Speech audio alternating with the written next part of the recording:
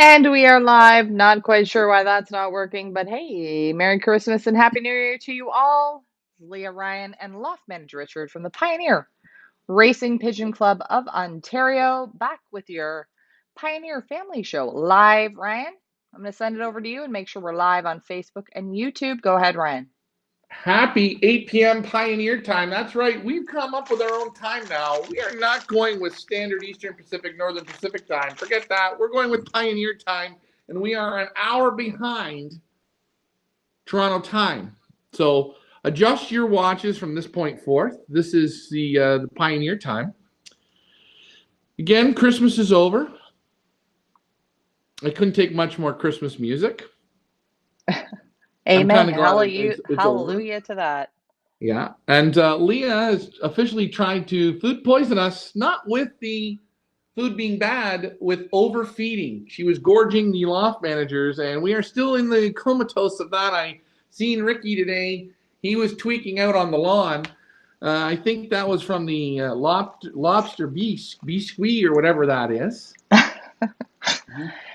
Good evening to everybody watching. Thank you to Michael Peebler for tuning in. I believe we are live on Facebook right now. I have left my phone in my office, so I'm going to have to go and run and get that to make sure we're live on YouTube. But I think we are live on Facebook. So, welcome to you all to the Pioneer Family Show, where we talk anything and everything to do with pigeons, pigeon health, pigeon racing, one loft racing, you name it, we talk about it. If you've got any questions this evening with regards to pigeons, pigeon keeping, please put them in the comments section below and we will do our best to answer them. This show is best when it is interactive, so we encourage you to post your comments and questions below. This is the Pioneer family. Let's get it on. Ryan, what do you want to talk about? Boy, what do we want to talk about today? Jeez, I'll have a couple words. And wait, before we start with anything, guys, think about what you want to talk about. What we haven't talked about that you're interested in. Have it be one loft races, have it be old bird racing, breeding, some medication questions. Come up. We want you guys to be more interactive. We need a little more out of you. Do you Okay? know do you know what I'd like to start the show off with? Seeing as we're at the end of the 2021 year, what are some of your guys' highlights of the year so far with regards to your breeding or your racing? What are your guys' accomplishments? What have you guys accomplished this year that you're proud of? I want to keep this show positive, upbeat, you know, lighthearted. What have you accomplished this year that you're most proud of? Ryan, Richard, I'm going to go grab my phone. What are you guys most proud of that you've accomplished this year? I'll be right back. Go ahead. Go ahead, Ricky. Go ahead. Take the floor, bud. Go ahead. I know what you want to say. Let her go. That's a trick question. Let her go, Ricky. Let her go. I wanted to say it's Christmas and New Year's. We get busy in that time, and I really don't think there's a lot of people with youngsters right now. There's a few, but if you don't, you haven't put your birds together, and you want to spend time with your family. You can say to your family, today I'm not going out to feed my birds. I want to be with you folks. Mm-hmm. And it's going to be actually beneficial for your birds. Very good point. As we call it a once a week snow day. Snow day. And if you have a couple days in this week, it's a snow day. Because I went out to Pigeon Loft and my birds have been separated, and you think, oh, I got them on a good diet and I'm handling them. My goodness, half of them are like tanks. Still like tanks. Tanks, even though I've been cutting the feed back, giving them a lot of barley, but they're like tanks. So when I handle them, I go, boy. We're not ready to breed like this. I'm sorry. And you handle those hens, and they're puffing. They're puffing. They're puffing. Yeah. They're puffing. They're good for eating at this time of the year. Yeah. Yeah. But other than that, they got to get cut back at a couple of days of not feeding, and you go between New Year's and Christmas and New Year's. You can't afford to miss a couple days. Feed and water them today. Skip them the next. skip them the next day or the next day. Watch, you know what I mean. And as Ryan said, Dad, Well, can you sure. bring That bring that that Plugger out? that's absolutely super. And we are going to bring Plugger out and Bachelorette number one for Plugger on today's show. But what are you most proud of, Dad, that you accomplished this year in 2021? What, if you look back on your season, what are you most proud of? Well, I'm saying for the nine race series, I have about 11 that finished. They did all 9 weeks. We didn't I ask thought for that was every very good. achievement. What's your best achievement? What's your best one? Come The on, one think. you're most proud of, and you're going to get a round of applause. And I want everybody You to put in the comments, this is a positive show as we move into the the new year. the average Positive, average positive. speed winner. Yeah, your average Yeah, speed winner. I think that yeah, was pretty damn good. yeah. Loft It's Manager true. Richard got the average speed winner overall. Round of applause for Loft Manager Richard for that one. Ryan, what are you most proud of in 2021? I was most positive. I had the second and fourth best average speed birds in the Pioneer Gold Band. Round of applause, Loft Manager Ryan. There you go. Let's see what else. We have Combe Van Zoren, Alfred in the house. He said champ of the area and Olympiad all round pigeon. Round of applause for Alfred for that one. Mike Very good. Vandriak, my 2021 highlight was the big comeback of the red team after being almost wiped out early. Mike Vandriak, round of applause for you, bud. This is Dave incredible. Ottaway says, hello, all. Guys, post your biggest accomplishments in pigeon racing this season in the comments. You're going to get a round of applause because we're all about positivity moving into the 2022 year. It's a great year. What did you say? It's a year of doubles? 22, Sweet. 22, right? 2, 2, 2. 22. That's right. It's going to be a good year. Two lofts, two one loft races head to head. Ricky versus myself. That's going to be fun. You know what's so incredible? A positive thing. The race in Canada to be in is Pioneer. Why? 233 prizes are going to be paid out, and the worst prize is the $100. That means everyone's making money, and when everyone's making money, what does that mean? Everyone is happy. Loft managers are happy. Pigeons are happy. The breeders are happy. That means it's a happy loft, and a happy loft is a successful loft. That's the truth. You know, went and visited the guy Aztec there, Romeo, or no, yeah, oh, I'm bad with the Romero. name. Romero. Romero. I never seen a happier guy in his loft. Eh? He's happy, looking, he's enjoying the pigeons. He says, you know, pair them up. He says to pair up all my pairs, it takes me sometimes a week. He says I go in there and it takes me 7 hours to pair about 26 pair up. I just take my time. He says I'm happy. I'm happy. The birds know. And he says if I'm not in a good mood, I don't go and pair them up. Eh? I pair some up today. The next day, maybe I get in a bad mood at work. I don't go back in. I wait till the next day. He says if you're not happy, even when you're pairing up, he says it doesn't work. Happiness. Let's talk about happiness in the Pioneer 2021 One Loft race. Ryan and Richard, what were your best moments in our One Loft race series? What would you say you're most proud of in this past year's racing series with the One Lofters? Ryan? What am I most proud of? I'm most proud of, or very happy to get pigeons to do it all and be at the top of the game, at the top in the weekly club races, and finish off strong at the end. That's it.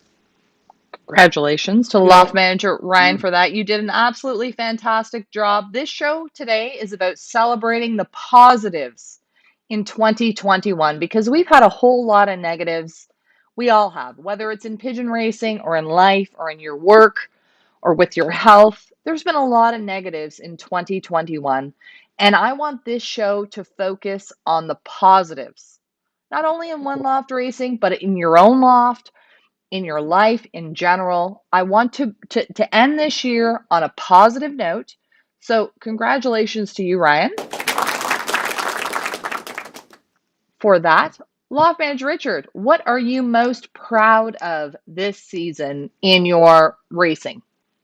Well, I might say it maybe sound a little stupid. Okay. Mm-hmm. Go ahead. You're listening. You're going. Oh, no. Well, Oh, no. I'm saying this may sound stupid, folks, but I could get shit to fly. And some people might say, ooh, he's calling my bird shit. No, I took that damn plugger thing. Yeah. And some people say, ooh, he still got that barn plug? Ooh, he's backwards, he's stupid. But I took that barn plugger, I made him to a Van Reed hen. Mm-hmm. And I got a pair of young ones. You did I tried it nice. for an experiment. I told you guys before, you people, women, people, young people. But I got one of that pair of youngsters, Right. that piece of shit, Mm-hmm. to fly the 9 races and was competitive in those 9 races. And that means that's a very nice accomplishment. That's very good. I think it's very good, right? Good. Hey, That's an accomplishment. That pigeon beat a lot of pigeons. That bird beat a lot of pedigreed pigeons. Yeah. People lost a lot of birds. That hen, she's still here, and that's out of this. Well, hey, you get to fly her this year in Old Birds, Ricky. You get to fly her again. We're gonna try her out. We'll see how good she rolls. Well, I figure her dad came from Englehart, so she's good. If they're gonna go further than Englehart, she's probably gonna stop in Englehart, probably for the week, just to visit her grandmother, grandfather, and all that shit. Back to you, Leah. So, let Leah get back to her. So that's just a small little thing. A tweaker. That's a perfect thing. That is awesome. That is a great accomplishment. Another accomplishment, you made it through COVID, through the hospital stay, through the whole 9 yards, and you did it. Congratulations. Mike Vanderyak, I'm going to try and get the comments up on the screen, but Mike Vanderyak says, I was very happy with the overall health of the One Loft birds in 2021. Congratulations for that. 100%. Yeah, that's gonna be. I'll tell you, that's gonna be a tough double to do, because I will say that was the most incredible year for health. From start right to training. No, that was incredible. I give a round of applause to the guys that sent those birds. The health was right there. We had a little bit of bad luck there in the training. Hey, sometimes that happens. Again, we always say, that damn devil. Sometimes it gets you where you don't expect it. But you know what? The health, Mike was 155% right on that. And again, this year at Pioneer One Loft, we are going to have our sick bay set up. So guys will see a bird if it does go into the sick bay. Again, we can't guarantee there's not going to be sickness. If there's one thing I can guarantee, there is going to be a little bit of sickness, mediocre sickness, or a whole hell lot of a sickness. But we are going to do our best to keep on top of it. And again, we want to keep everyone informed from start to finish. No surprises. We keep everything up front, right in your face, so you know the health and well-being of your birds when you enter them here at the Pioneer. If I can say a couple words. Just 1 second before you say a couple words. Ant Bar Loft, because we got a bunch of comments with people's positive results from 2021, which I think we need to enter 2022 with positivity. Troy Spencer says, hold on 1 second. Let me get back to you, Troy. My highlight would be Old Bird 3rd Combine, 1st Club from Hearst, and 19th Combine, 1st Club from Hearst. Round of applause for Troy Spencer from Ant Bar Loft for that great accomplishment. Very good. David Tracy, winning average speed, champion loft, champion bird, master loft 2 years in a row. Hold on, we got lots of them jumping in here. And won the 500-mile race 3rd year in a row, all combine wins. I feel very fortunate to have done it. Congratulations to David Tracy for that one. Tracy, I was happy to put over $3,100 in my pocket this season. Hell yeah, we all like a little bit of money. Congratulations to Tracy. Guys, put your best accomplishments in the comments. Jim Bodison says, hello, everyone. Happy New Year. Mike Vanderyak, I think he had a comment for you. Loft Manager Richard, LMR needs to try a plug from a bridge in Long Lock this year, long distance flood. Loft Manager Richard, what do you think about that? Well, you know what I might do? Mm-hmm. I might go on the top of the Burlington Skyway Bridge and go along those beams. Ooh. And see what I can. I want to band a young one. Band a young one off the bridge and then go back and get it. And go back and pick it up. Well, you know what I was thinking? Maybe. But I won't do it when there's ice on the lake, on the thing. Maybe you and Mike should go down to the Burlington Bridge, sit there together, have some Tim Hortons, right? Just, just watch the cocks drive the hens off the bridge and pick that special mating. Pick the pair out. Right? Yeah. And, you guys can, even if you catch any of them, do some eye sign. Mike and I would want to go up at least 150, 200, 300 feet up on a beam. Guys, I'm saying is we're not doing it with binoculars. Please do me one favor. Yeah. Just wear a life preserver. Okay? The fall's not going to hurt so bad in the life preserver. Back to you, Leah. But what we'll do is Mike and I will tie ourselves together. So if we do fall, we're like a boy in the water. Yeah. Two boys in the water. You want to know what? Mike's a lot bigger than you. So you know what? More than likely, Mike's going to hit first. He's going to save your fall. Good job. Positivity in 2022 is just around the corner. Back to you, Leah. Want to give a shout out to Mike Sheridan. We have Alfred, of course, James, Timothy Walters. Nice to see you on, friend. Tracy. We have Troy in the house. Robert Daughtry. Who else do we have here? Let's see who else. Dave Ottaway says hello, hello.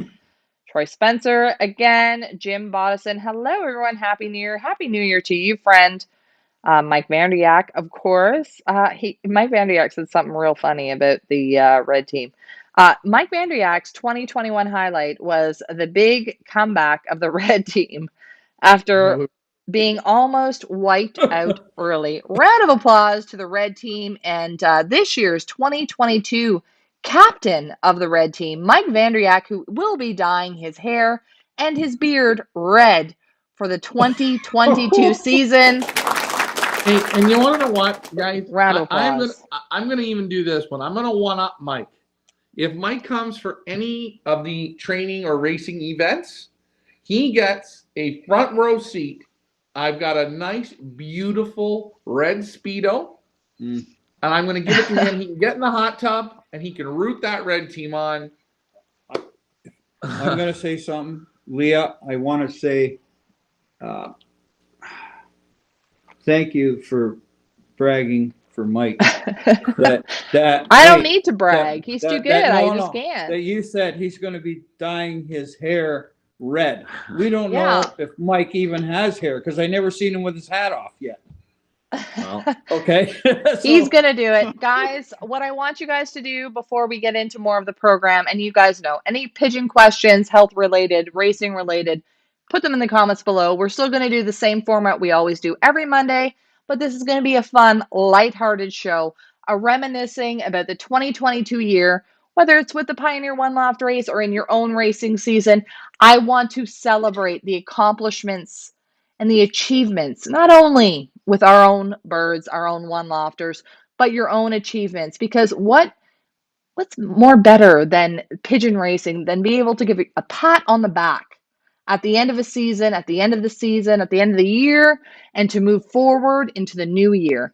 This is all about positivity moving forward, and we're here to celebrate the sport and celebrate your accomplishments.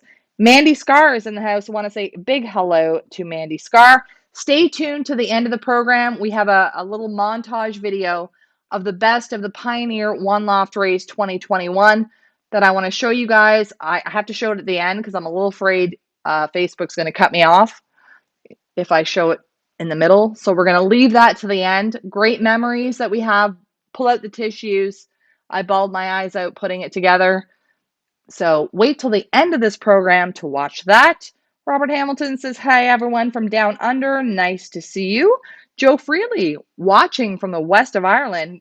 Good Lord, it must be late where you are, Joe. He says, hi, guys. Been a while since I've been in contact. hello from the west of Ireland. Joe, what is your biggest accomplishment that you're most proud of with your pigeon racing or pigeon flying or pigeon keeping or dove releasing or whatever it is that you do? Let us know in the comments. This is all about positivity moving forward into 2022. Ryan, Richard, go ahead. Well, I'm going to go back a bit, where you said you didn't have very much sickness in the one loft birds, and I'd have to say a lot has to do with the strength and the immunities of the birds. Maybe you lost birds, but they had probably a very good immunity to be able to get together. We had about those 30 birds that we played in here, give or take about 30 there in the show cages. You know, some of them it took a while, got them back on. Oh yeah, I remember that group. But you know what? Overall, it was good, and I think this year again, I think if people take their time, they do their vaccinating. You know, they don't bring them too young. We're gonna be okay. Again, I'm gonna be on the granules this year. I'm going with granules. You're doing something different, which is fine. Oh, well, let's just talk about. So Ryan, you're going with granules in the loft, in the one loft. Am I loud? Am I too loud? No, it's okay. No. No, you're good. You're good. So you're going with granules in your loft. Loft manager Richard, what are you doing in your loft? Well, I called Mike Vanderyak and I said, how much brick sand have you got ready to go, Mike? Mike said he's screened out about 2 tons so far. Well, he's going to keep going. 2 pails. I thought you only did 2 pails. 2 ton. So you're going to go on. You're going to go on brick sand. sand. I'll go on granules. Right. I'm going to go that way. Yeah, you're going to mix your brick sand with lime, though. I'm going to put a bit of lime in there. Yeah, I think that's a good idea. And you're going to have your feed room, which we haven't started the construction of the loft yet. We're going to do it a little bit closer to. Again, no big rush to get it done. He's going to have his large feed room. He's doing his loft completely open. It's a little bit of a different style of loft that he's going to do. We've already talked about it. I'm just explaining it because it's a bit easier. He's not going to have the same setup I have. It's more of an open concept. His birds, like mine, will be darkened anyways. So that'll be the same. We're both going to darken. And we're going to basically have a lot of the same. The training will be the same. Feeding might be a bit different. And the sections, his perches are going to be a bit different. But you guys will have to tune into that. He'll get the job done, though. Trust me. He absolutely will. We're going to have a little bit of fun this evening because seeing as it is the Christmas season and we're all about giving. Ryan, I want you to pick a number between 1 and how many people do we have on the line? We have 25 people on Facebook right now. I would like you to pick a number between 1 and 25. Keep it in your head. Keep it in your head. You want to write it down? Okay, between 1 and 25. And you all, I would like you to select a number between 1 and 25. I got my number right here in front of me. The first person to pick the number that Ryan has in his head, which I don't know what it is. Nobody knows what it is. Only Ryan knows. Is going to get a 2022 Pioneer Invitational Motivational Calendar. We're giving shit away because, hey, it's Christmas and I'm feeling festive. Pick a number between 1 and 25. The first person that picks the correct number is going to get a 2022 Pioneer Motivational Calendar. Michael Peebler says 9. Peebler knows me. That's normally the number I pick. But Daddy didn't pick that one today. Sorry, Peeb. You're wrong on that one. Let me go down the rest of the numbers. Cavender Loft says 7. I don't know what number is. So Ryan, you're gonna have to say. Nope. Mike Sheridan. Nope. 13. Nope. Michael Peebler 19. Nope. Vanderyak 7. Brian Mansker 9. Nope. Come Mandy on, kids. Scar 19. No. You remember, 6. You guys only get one guess. You only get one guess. Robert Daughtry 16. No. Robert Simpson 15. God, you guys, come on. We're trying to start this off as a positive year. Try harder. Cavender Loft says 21. No. 23. 3. Nobody's even close. Nobody's even close. Come on, kids. Think outside that box. Close. So they're pretty close. They're nowhere even 24. near. Troy No. says 2. You can't guess twice, guys. Come on, guys. Well, let them guess twice. Dave Ottaway, Mo. No. You tell me what one's the right one. There's one there that's right, but we've had a few extra guesses. Who's right? Who gets a calendar? Tell me. Well, the number I picked is amazing because I'm going to hold it up, Leah, and you're going to tell me, what does that say? 22. 22. Who got it? Brian Mansker. You win a Pioneer motivational calendar. Will be sent to you. When are you going back to the States, or how are we going to do this? He's an American. He's American. Oh. I think Brian was one of those guys. Wasn't Brian one of the guys that said he liked to fly in our one loft, but because of the band thing? Yes. Right. Okay, so let me just get this up. Brian, I'm going to put this in the freezer, Leah, so I don't sell them because these are just selling like hotcakes. Leah, how much do the calendars cost? Are they $40, $50, or $60? $20, going to make you holler and going to make you feel positive for the entire 2022 season. Let's see some photos there. Let's see some photos. Let's open her up. Look at that. What does that one say? I can't read. I got to get better glasses. It from here. It says, kill them with success and bury them with a smile. Guys, a big shout out to Frank with his new chompers. Yeah. That was a positive of this year. Let's see them, Ryan. Let's see them. There you go. There's another one. Look We at don't that. want to give too many of these away. The harder the battle, the sweeter the victory. Hell yeah. Brian Mansker, you got a 2022 Pioneer motivational calendar coming your way. We're going to do another giveaway in about 5 minutes because it's Christmas time and I'm all about giving. Guys, put your thumbs up, your likes, subscribes, please. What else you want to talk about, Ryan? Getting back to that. For Americans, for Canadians, for people from Mars, if you're going to fly in Pioneer One Loft, shipping from the United States, we cover that. We bring the birds in from the U.S. absolutely free of charge.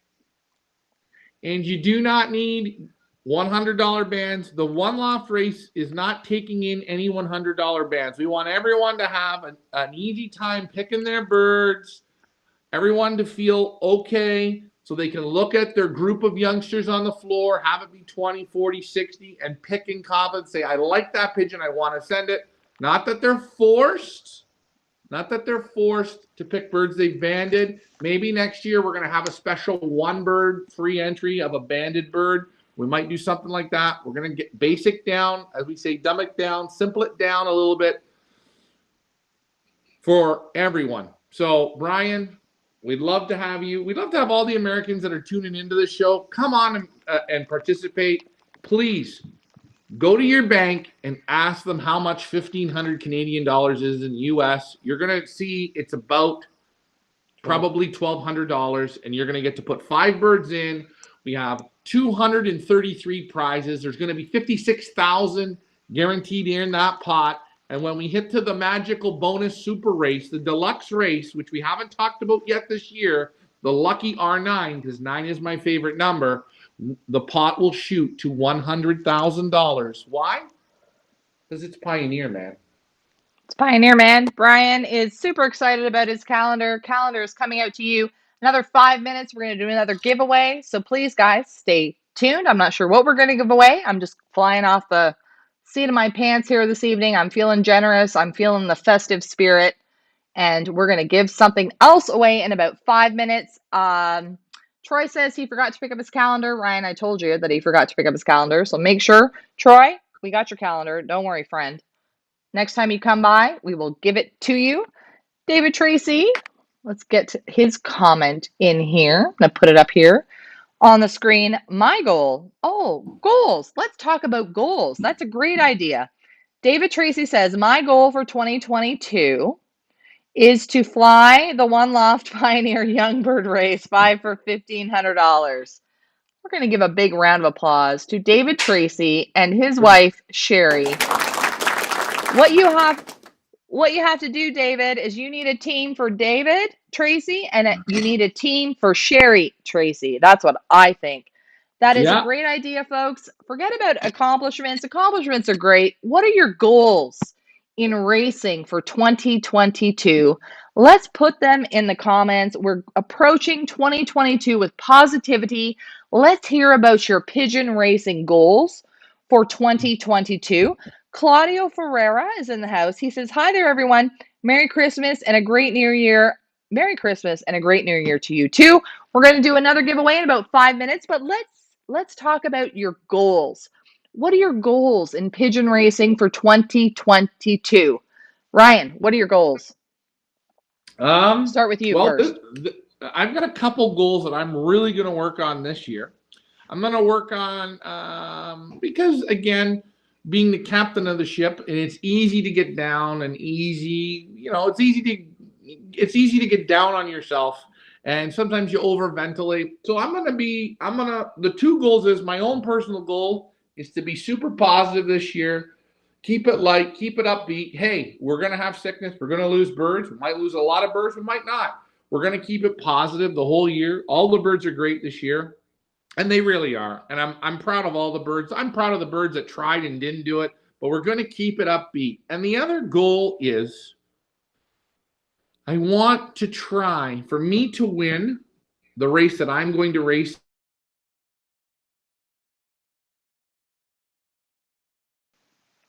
Ryan's audio has just cut out, but I want to give a big shout out to everybody watching on YouTube. We have Miffy, I can't pronounce that name, but welcome. Antonio says, "Ryan, make your own drinks." Like that's going to happen, Antonio. And I'm going to get to I'm I'm Oh, you're back. Okay, go ahead, Ryan. And then I'm going to get to everybody's goals for 2022. Go ahead. I'm going to try to get over 60% of the birds to complete 8 races. So I don't know what that number is, but I don't really want to know what the number is, but I'm going to try, and hopefully somebody at the end will say, "Hey, maybe you made it, or you got close, or you didn't." But that's my goal, to be positive throughout the season, and I'd like to get a minimum of 60% to finish. 60% to finish. That's a great goal. Joe Freely said that his biggest accomplishment in 2021 with my doves is been interviewed by Irish radio and TV explaining all about breeding and training of my doves. I now give talks to students in schools explaining the importance and appreciating nature and the importance it makes to the future of this planet. With the interest in my talks, I now have 20 students starting off in breeding and getting into the sport. Well, if that doesn't deserve a round of freaking applause, I don't know what does. Joe Freely, congratulations to you for doing that. Also, FYI, Joe Freely, Ryan is going to be in Ireland in February. I don't know what date. Not 100% sure yet. We haven't mapped that out yet. Ryan will be in Ireland in February, and we would love to meet you. We would love to come and visit you. We would love to come and see your loft and see everything that you have done. So please keep in touch with us. Ryan will be in Ireland sometime in February. I'm going to get back to the comments, Ryan. What do you got to say before I scroll through here and see where we're at? No, scroll away, scroll away. You're doing good. Thanks. All right. Keep her scrolling. I mean, you already know I'm going to try and get 60% of the birds to the end. Again, and keep up still. I want to be very competitive. I want to be at the top of the class against the people we're going to be flying against. We got some big competition this year. So again, just for fun, I want to be at the top, and I want to get 60% of the birds to do it. Is that possible? Hey, you're going to have to help me make that possible by sending me some super great birds this year that I can get them to the top. So please, please, please, guys, let those birds talk to you. Pick out the super nice ones you like and send them. And let's try and knock this out.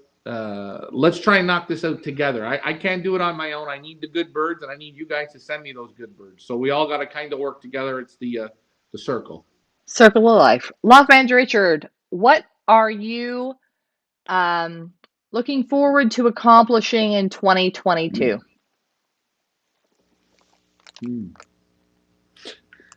What's your goal? That's a good one. That's a good one. Well, you can think about that while Leah looks at the comments. Think about it, and You know, you talked about losses. That's a natural occurrence. Occurrence. Like some people raise 60 young ones, and they lose them down to 40 or 20 or 10 or 25. 5. Yeah.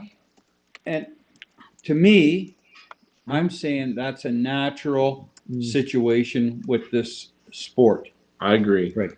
And the way I look at it is, as well, as I speak with people and they say, you know, I raised 60 young ones, just give them the number, and I only lost 2 all year. Right. I look at it like, you don't impress me at all. Because if you only lost 2, you're doing something wrong. Okay, I don't. Now I'm gonna put you into the corner here, and I'm gonna sit you back down in your seat, and I'm gonna throw one word at you. What? Starts with a W. Work. No, Wally. You wouldn't say Wally, that to Wally, would you? Because he seemed to work them for all 9 weeks. He did, and he got pretty damn lucky, didn't he? Because you know what? He had the lucky year. He had super health. He had a few super things. And we can't say he didn't work hard, because at the end, he even buried us. Yeah, so I agree with what you're saying. So we can't say he that. Was one. He was one. But what do we say? There's exceptions to every rule. And this year. Next year, he may do the same exactly as this year. And this is what I'm saying. This is my goal this year, is to do the same work, respect the birds, and I want to try and get 60% to do 8 races. Then I'm happy. You know what? And if I get to 60% next year, I'm going to say 70 or 80. But, you know, Rome wasn't built in a day, and I'm just a pigeon flyer. I'm going to get to the comments, then I have another question for everybody. Joe Freely says, Ryan, I have a bed ready for you in my home in February when you visit the west of Ireland. We cannot wait. We are super excited about going back to Europe and going to the UK. First time. No, Ryan, it's not your first time in the UK. You went to visit Mark Codwell. You've been to Blackpool, correct? Yeah, that's right. David Tracy says, definitely. Sherry said she was interested. Well, she better be interested and get her little skirt and her little pom-poms, because we need some more cheer squad to help Tracy, our cheer squad captain. Go ahead, Ryan. Okay, I just wanted to do a shout out to Michael Green. I seen him on there. Michael, you don't have to worry about sending you the bands. You can participate. You don't need to special band anything for the one-off race. I know Michael Green's going to be participating. I've got to get your second group of auction birds out to you, Michael. I wanted to just touch base with you on that there, because I seen you were on. And again, for Americans, please keep following the show. Our pickup is going to be sometime in the end of April for picking up those birds for our Pioneer One Loft. Okay? We're going to, as soon as you sign up, we're going to give you our address where you're going to send us your birds, and away you go. Absolutely. Americans, don't you worry. You want to participate? We're going to make it happen for you. Dave Ottaway says his goal for 2022 is get the 2 neighbor clubs on our trailer, increase birdage up to 500 birds per week on our trailer for 2022. That is awesome, Dave. You keep it up and you keep going. You're doing a great job there already. Congratulations to Dave Ottaway, doing a super job over in Nova Scotia, really keeping the pigeon sport alive over there, keeping it growing. He is a mentor, and he is someone, he's our inspiration. He's done it there, and congratulations to Dave for that. Mike Green, I'm really looking forward to sending to the race. We are looking forward to having your birds, Mike. It's going to be a great time. Remember, send a little bit of color, because you're going to be able to spot them a lot better in the lofts. Round of applause for that one. Keeping it positive. Go ahead, Ryan. Also, I don't want our Canadian people outside of the province of Ontario here to think that we're just helping the Americans out by importing them for free.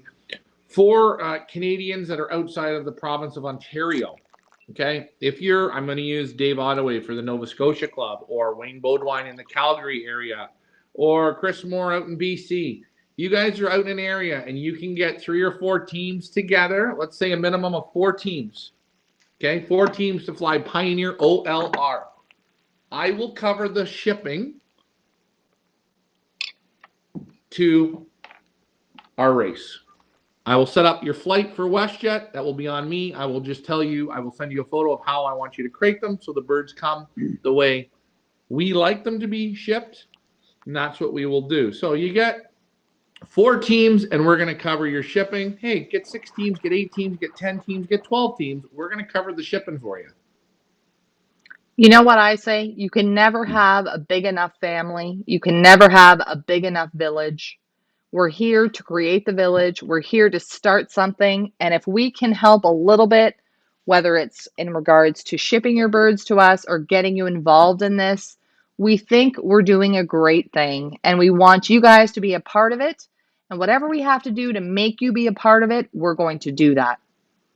This is And you about know, creating something that no one has ever created before. A family, a village, promote this sport that people say is dying. The pioneers are going to prove that it's not dying. that's right. And you know, another thing I want to say, um, we've talked about, Troy had a great idea with giving the last bird a prize. Okay, I want to give that last bird a prize of the day. But this is what I'm going to do. We got to flex our muscles and we got to exercise. If we can sell this loft completely out, that's yours and mine. That's 90 teams, 450 birds, which is not a big goal, which I know we're going to do. If we do it, we are going to do an out of province. That means out of the province of Ontario. So that means Saskatoon, Nova Scotia, Alberta, Minnesota, New York, Arizona. You guys all fall into that class. If you are the highest point bird or the highest average speed bird, we're going to pick it. You are going to win a free entry into our next year's season. And if we sell this year out, which we will make a prize for the last bird of the day. But we I'm got to giving sell it out. We got to sell it We out. got to sell it out. We got to exercise the muscle, and you guys are the muscles. Please, as we say, it's kind of cute when we do the math at Pioneer One Loft. Not only do we give you 8 races, not only do we start paying out at the 2-mile trainers, okay?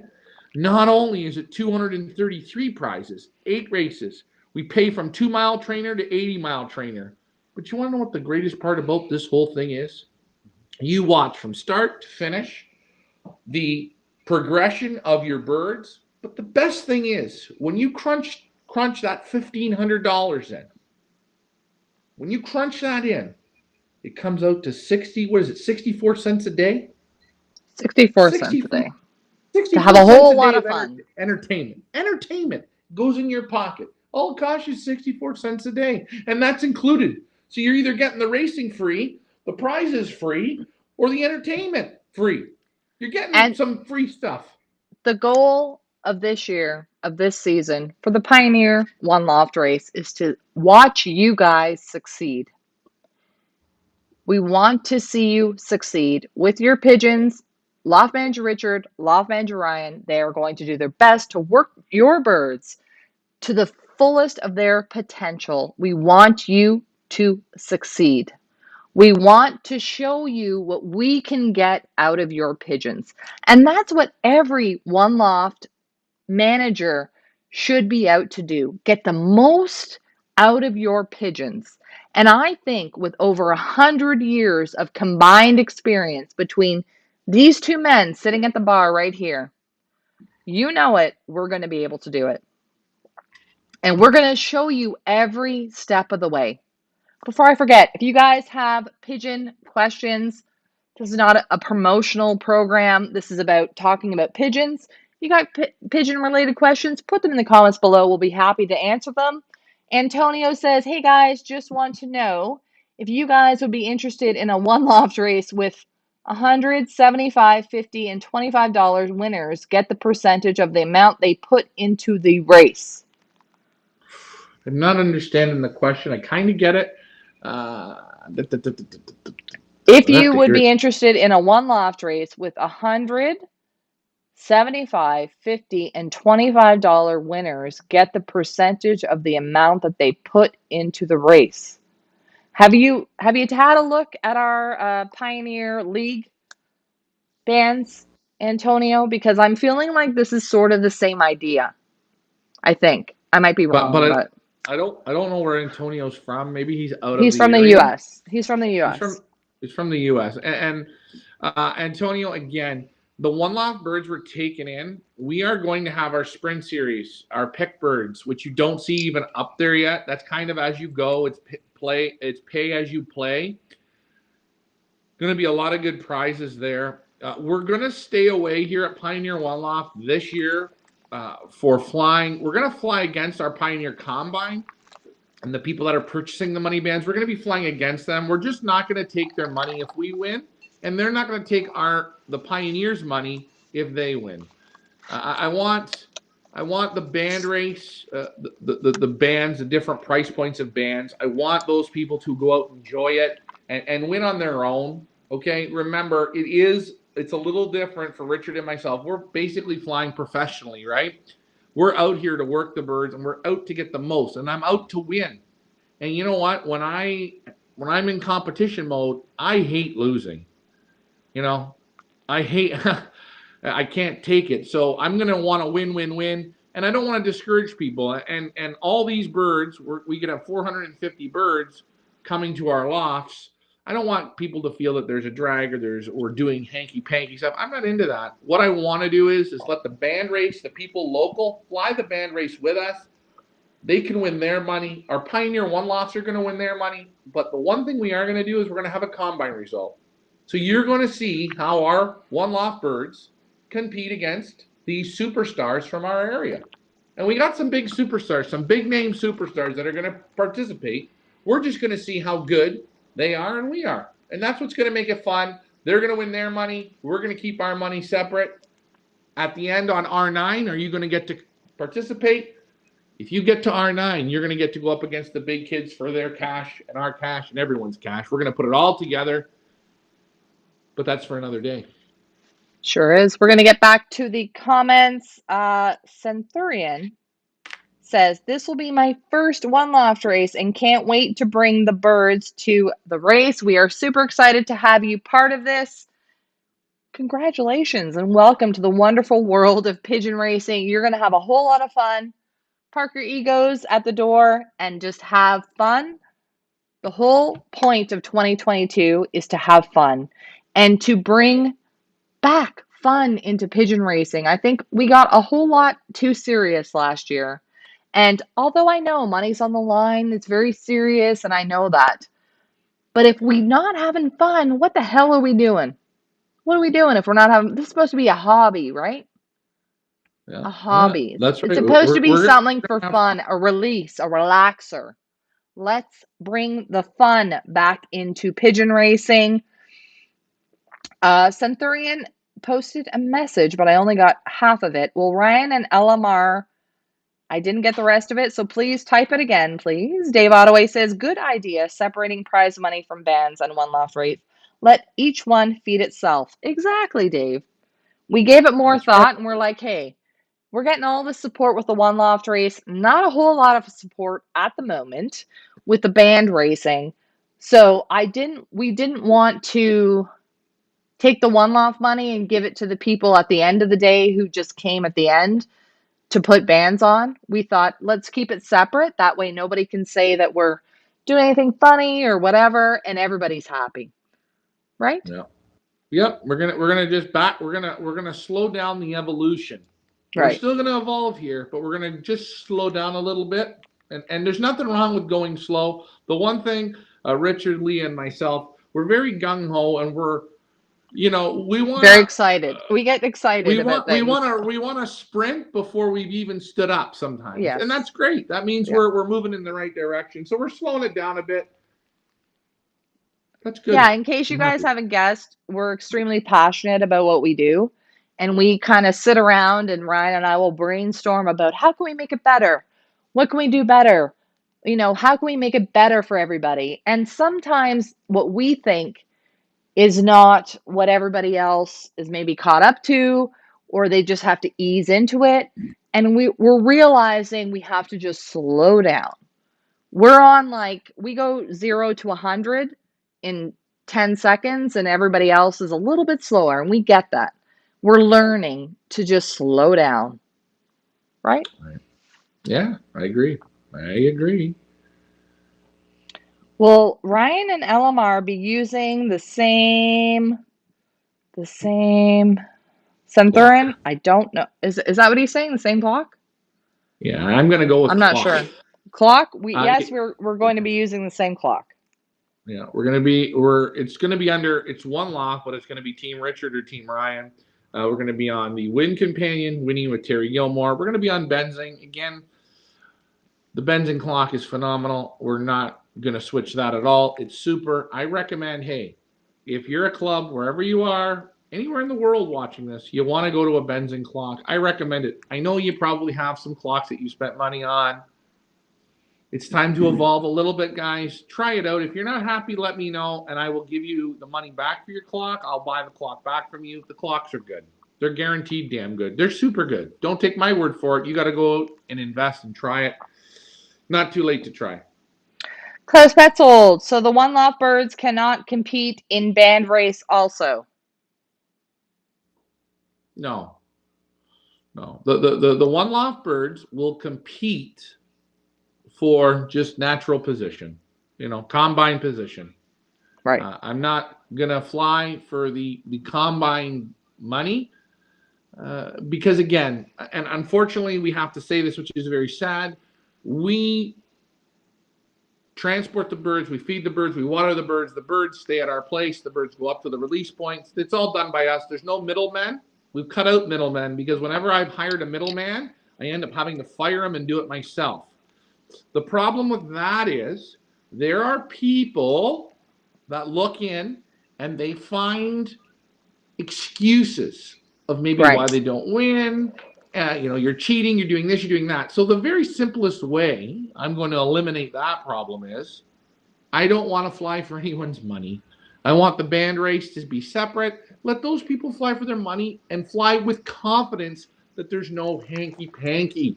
I'm not But here to do hanky panky. do you know what? One lofters, if you're entering our Pioneer One Loft, you are not missing out on anything. You have 233 prizes that you all are going to win this year. We've set it up so you guys win every day of the week. Yeah. Don't feel that The you've one been cheated. Don't feel like, oh, I'm not competing, so it's not the same. Let me tell you something, Klaus. We've not sold one $100 band in our Pioneer Combine League. You are not missing out on anything. Nobody's come to the dance. We're all dancing by ourselves. So if we're all going to dance by ourselves, we might as well have a good time. That's the way I see it. Yeah, I agree with you. And at the end of the day, the Pioneer One Loft at the end is it's the way to go. And remember, we have the last race, which you will see. It's the ninth race. It's not on the schedule. It's not there. We're calling it R9. It's going to be from Smooth Rock Falls, which is 300, almost, I think it's almost 375 miles to us. That's where we're going to open it up, and we are going to be completely open with everyone in our local area that they can come, they can play, they can gamble. And we are going to have a celebrity guest that will be with us from start to finish for the trip, for the venture. And that's when it will be safe. Everyone will feel good. That's what we're going to do. We're going to give her one go at the end for everyone to play against everyone. Sure. And that race there's going to be about 100,000. By the time the Pioneer season ends, there'll be 100,000 in the pot that will be paid out. Absolutely. Knock The on one wood. loft racers, you are not missing out on one single thing. You're going to get a combine result. You're going to see if you're at the top. Maybe if things go well, maybe if a Pioneer one lofter tops the combine against everybody, maybe Feathersley might throw in a little extra cash for that bird. We got to see how this goes. We have to see how many perches we sell. We are willing to give. but y'all have to give as well. And we want to see the purchase sold. We want to see the support. We want to see the excitement. We want to see you pick your teams and be proud of what you're sending here. This is about positivity moving forward into 2022. James Timothy Walters put Lee on camera. Probably not going to happen. I don't think so. Centurion wants to know if Loft Manager Ryan and Loft Manager Richard are going to be feeding the same mix. That was his question. No. Oh, here Sorry, we Richie. go. Let the fun I ain't begin. giving. No. My birds We're every Wednesday they eat a loaf of rye bread. You're a rye bread. So I'm going to have to get about 10, 15, 20 loaves of I rye know. bread. Oh, wait, That's hold my on. system. All I have to say is this for you, okay? Ready? Watch this now. There. There. All right, 5 No, minutes are up. Go ahead, Ryan. Finish, we're and gonna then do 5 things. minutes are up. We're going to do another giveaway. We want everyone to know as well. We're going to put the cameras into Richard's loft this year. Richard, we're going to rotate days of shows. I'll be on a day, Richard will be on a day, I'll be on a day, Richard will be on a day. We're going to kind of do that to lighten the load a bit and give you guys a different perspective of two different guys flying two different ways. And Yes. I'm totally telling you, if he tells you he's going to give him rye bread, if he's feeling that, he's going to do it, or he'll give him this and give him that. You're going to see that, and you'll see there's a different way to bake a cake, and he's going to be tough to beat. I promise you. And the one good thing he has this year is he doesn't have to go up the enchanted ladder. He doesn't. You're right. But I mean, I've known these two guys my entire life. And they're very different in the way that their personalities and the way they approach things. And you guys are really in for a journey this season because you're going to see two different ways to race and to train and to get pigeons ready. And it's going to be super exciting. And there's probably going to be a little bit of headbutting, but we're going to go with it. But you're going to see two totally different ways. Even though Ryan has been taught essentially by Loft Manager Richard, Ryan does things a lot differently, don't you? Than Dad? You do. You do. I think so. I've already even got a few things I've already wanted to implement for this year that I've learned on the way. Things that I'm always learning about. And you know what's great? If you guys put five for $1,500 and you do half, 3 in one loft and 2 in another, or vice versa, whatever you guys want to do, I think that's your best bet. Then you can get the full experience. You can get the Ryan experience and you're going to get the Loft Manager Richard experience. However way you want to split it, I think that's your best bet. You can watch both guys go to work. The master and the grasshopper, as Michael Peebler would say. Let me get back to the comments here in a minute here. Let's see.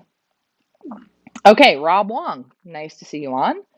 He's asking how many perches are available for the Pioneer One Loft race, and will all birds be vaccinated by Pioneer management? Great question. Then Dave has another comment. Go ahead, guys. I will. What we do when all the birds come in is we do their photos when they come in, because we want you guys to be able to see your birds. We do photos; those will go up on our site. We do our vaccinating for PNV. We're going to do probably a PNV, a salmonella, and a dino vaccine for the birds, and that will be by all the birds. And normally when we do them, for a guy like Rob Wong, I don't think you've ever been in our race, which we want you to participate, so please come on down and try it out. We do vaccinating shows where you see us actually vaccinate your bird right in front of you. And yes, we do. Don't take my word for it. Ask a guy like Dave Ottaway. Do you see the birds getting vaccinated? Do you see the birds getting a yellow drop? Do you? You know what? You actually see so much. You're like, wow. You're getting your money's worth. Promise. Rob Wong, we do poop inspections at least once a week. Yeah. So that answers your question, Rob. Yes, we do vaccinate. We vaccinate for more than one thing: PNV, salmonella, and adenovirus. We will vaccinate. Do I recommend you vaccinate for those three things as well? Absolutely. Or vaccinate for one. Give your bird a vaccination before you send them. And that's to any race anywhere in the world. I recommend the three: the PNV, the Adeno, and the Salmonella. Hit them with it.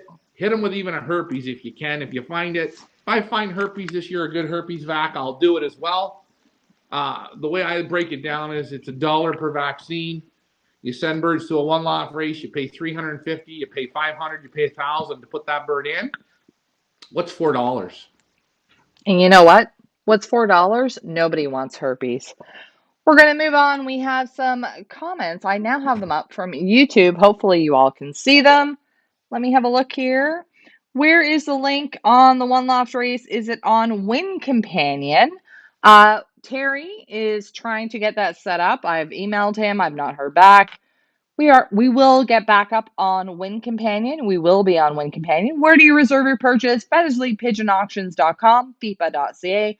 I will put the link in the comments once I get through the comments here. Antonio, the race I'm trying to explain is if you have a $25 bird and it wins first place, he would only get 25% of the prize money, leaving 75% left up for grabs. Like Yeah, that's like a carryover kind of thing. yeah, and are you talking about that? Are you talking about that for the one lot race? So Yeah. I think what he is saying is, and this is something maybe we can do. Again, we first goal, step one is sell her out. That's goal one. Okay. Any of the add-ons, the fun ideas, which is great. We love the brainstorming like that. We can do things like that, but the more things we put at you, the more confused it becomes slightly at first. So goal one is let's sell it out. We already have our sprint series. That's you're getting that in there. You're going to enjoy that. That's 4 sprint races in the training mode. There's always big money, and we have our pick birds. And I'm going to let a little treat out of the bag. Our pick bird is going to start even in the training. So I'm thinking this is sort of what he's saying. It might just be a little bit different, but I'm gonna tell you, you're gonna be able to win money from the 2 mile trainer right up to the 375-mile R9. Basically, every race point, every trainer, there is money on the line. And you don't get that anywhere in the world, but you get it at Pioneer. And not to mention, as you said, you let the cat out of the bag or the pigeon out of the basket, so to speak. Yes, starting from the 2 mile trainer, we will have pick birds available, which means the ability to win is going to be tenfold.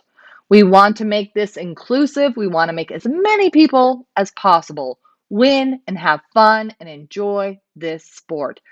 That's what we set out to do a couple of years ago. Did we get a little bit off track, get a little bit involved in the drama and the bullshit? Sure, we did. We're human. We're refocusing. We've regrouped. 2022 is a new year, and we're going to start things fresh. We're going to really try. Our goal, Ryan and my goal for this year, is to make as many people get involved in this fantastic sport as possible. Whether you have pigeons or you don't have pigeons, we are creating a community, a village where people can come and have fun. That's what we want to do. We're going to get back to the comments here. Ryan, how many perches are available? Did you say 450 perches? 225 in Loft Manager Richard's loft, 225 in Loft Manager Ryan's loft. Both lofts will be videoed daily or every other day. I'm not sure what the program's going to be, if we're going to do Ryan one day, Richard the other day. Everything is going to remain the same. We're going to do live videos. We're going to show you your pigeons right from the get-go, and you're going to watch and see how both handlers handle your birds. And we hope you're going to learn a little bit from both of them and cherry pick what you want from both of them to make you guys better flyers or just learn a little bit. We got 100 years combined experience sitting right there at the bar. I'm not bullshitting Yeah, you. Dad, you've had pigeons your whole life. Ryan, so have Yeah, you. yeah, and you know, I've been very lucky in my pigeon life. I've met uh, two of the best one loft handlers ever, Ian Ron Steinbrenner from San Diego, John Timmerman. I've talked with them. John is still racing good and strong. John Steinbrenner or Ron Steinbrenner is no longer with us. Also, I've been very lucky, blessed, whatever you call it. I've met some of the world's greatest pigeon flyers. Okay, I've got to sit down and have dinner and talk pigeons or non-pigeons, whatever you want to call it, and just learn from these people. And things that are just incredible that I wish everybody can do. I mean, when you see me do a show with Manny Rodriguez there at Gallo Loft, it's a great interview. And sometimes I always say, Leah, and I say this, I'm going to try this one time. I'm going to get out of the car and be live from getting out of the car, right? The Right. whole thing will be completely from start to finish a live show. So you don't Nothing miss anything. scripted. Nothing Yeah. scripted. And not saying that nothing is scripted, but it's just hearing sometimes there's things that just come off the camera and you get to hear it or you get to you get the inside stuff. It's like you there's just things and I can't explain it, but I've been very, very lucky. I've been very lucky to handle some of the best pigeons in the world. I've been to the places, you And know, still going to the and places. We still are sending Ryan to Europe in February, and he's going to rock it. He's going to go there. He's going to Europe. He's going to the UK. He's going to see the best of the best. We are bringing it to you because we are dedicated to bringing the best to North America, to showing you guys this sport is not dying, regardless of what anybody says. and getting back to that before Leah Sorry, came in, go ahead. I every time I go to these people, I am below them. I am learning from them like a sponge. I listen, I care, and I realize just how good these people are. They are extremely good. Their dedication to detail and the fine little things, it's extraordinary. And I'm very lucky to learn that. And guys, when I'm learning, I'm trying to bring that back and use it here. And that's what we're doing. So We're going to get there you back to the comments here. Like go. Vandriak, is Ryan cutting down from his usual 3 broadcasts a day? I will believe it when I see it. Isn't it great, Mike, that we have somebody as dedicated as Ryan who gives you 3 shows a day, sometimes 4? Ryan, you go the distance every single time, and maybe he'll do 4 or 5 or 6 shows a day. But isn't that great that you can see your pigeons in action? You can see what they're doing every step of the way. And I have to congratulate my brother for going the distance every single time. Even when we don't feel like doing it, you do it. Back to the comments. Synthurin 225 with Ryan, 225 with, I think, Loveman Richard is what, I'm not quite sure why Yep. his comments are cutting out Cutting out. then.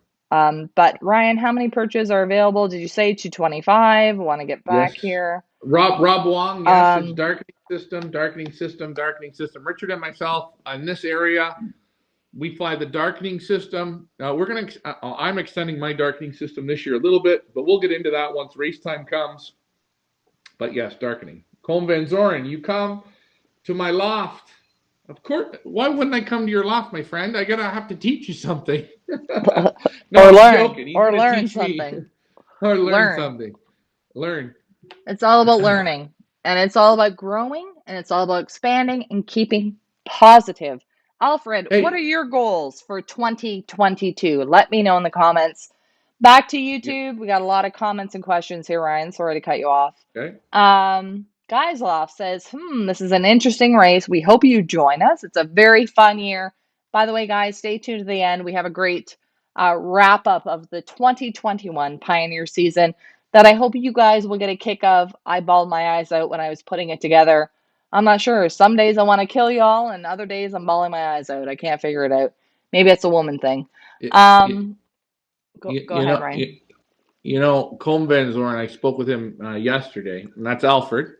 He's got the Olympiad bird of the year. He's done things that's unbelievable. He's done things that 99.9 of us percent of us will never do in pigeons, and some feats that are unbelievable.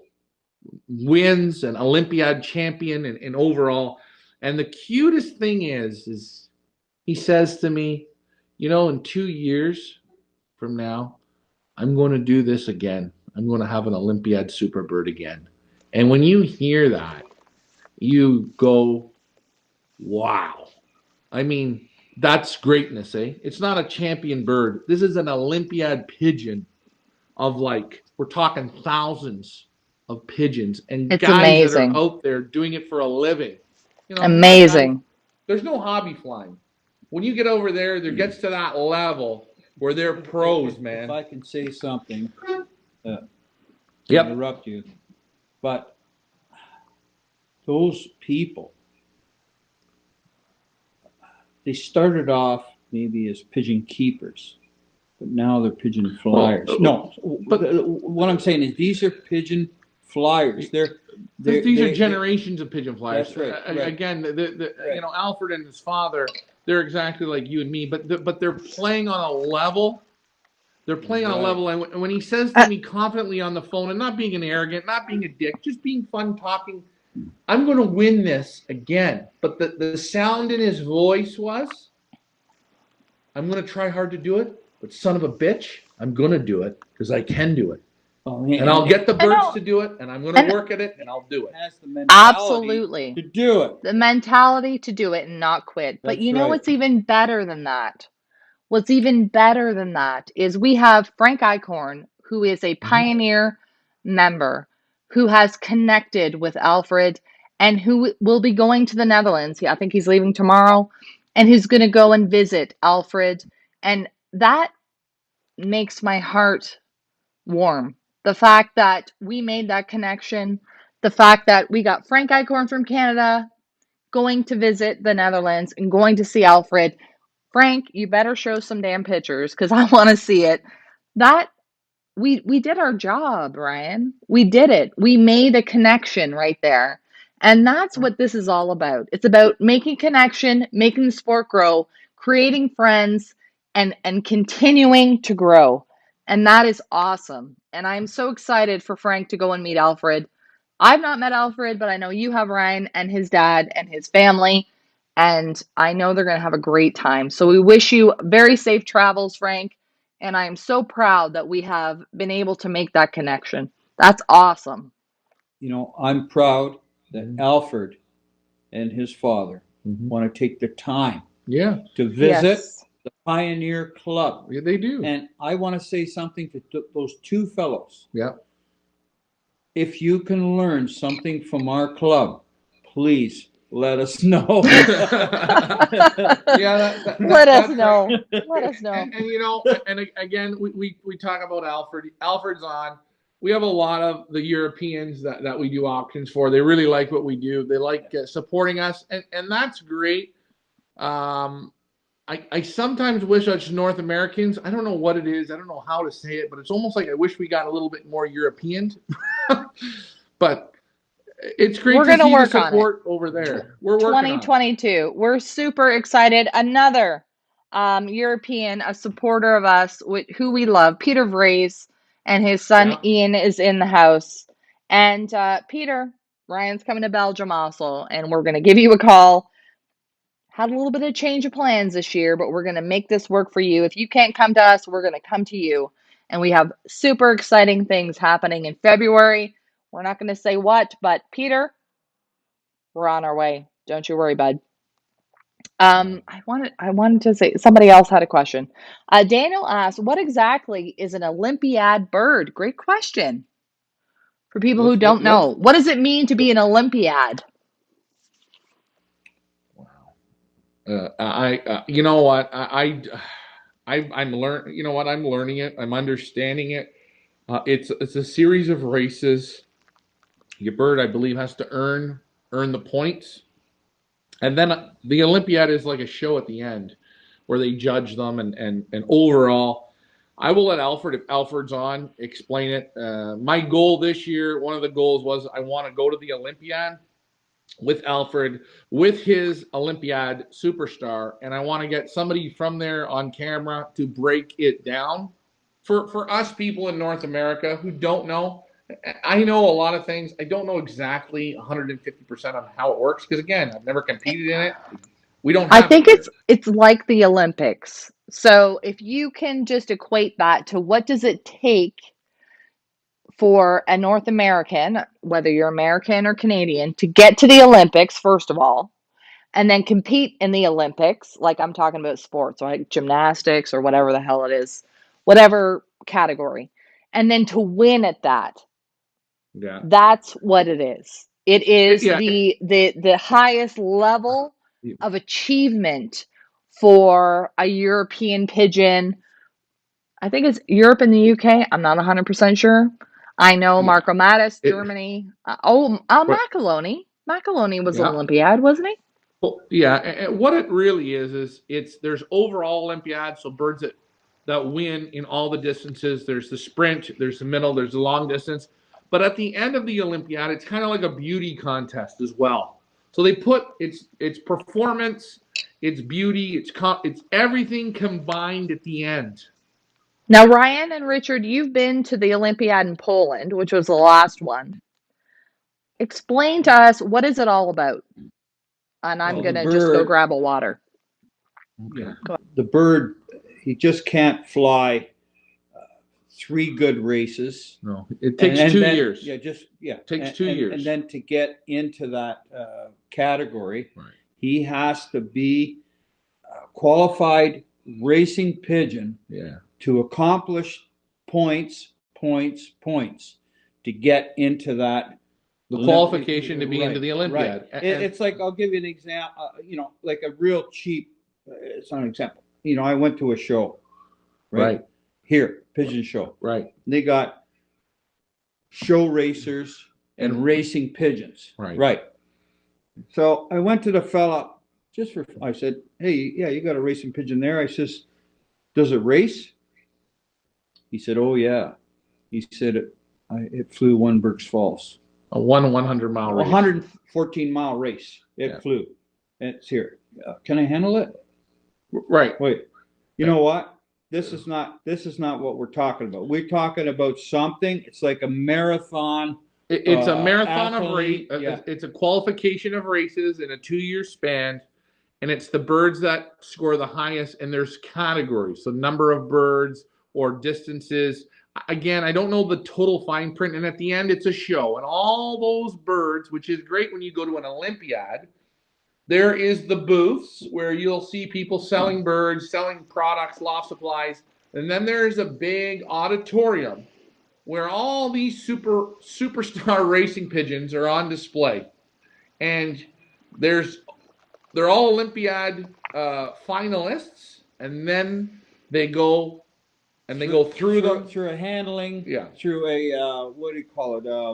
A judging confirmation, right? Confirmation judging thing at the end. Yeah. Let me get to people who have actually participated in this. We have Peter Vries and Combe Van Zoren on the line. They are going to explain it to us in as simplest terms as possible. First off, I want to get to Mike Green. He says, I enjoy your loft visits. Gives me many different perspectives. Mike Green, stay tuned. We have a whole lot of them coming up. Super, super lofts. Ryan's going to go visit. I tell him where to go, and he goes there.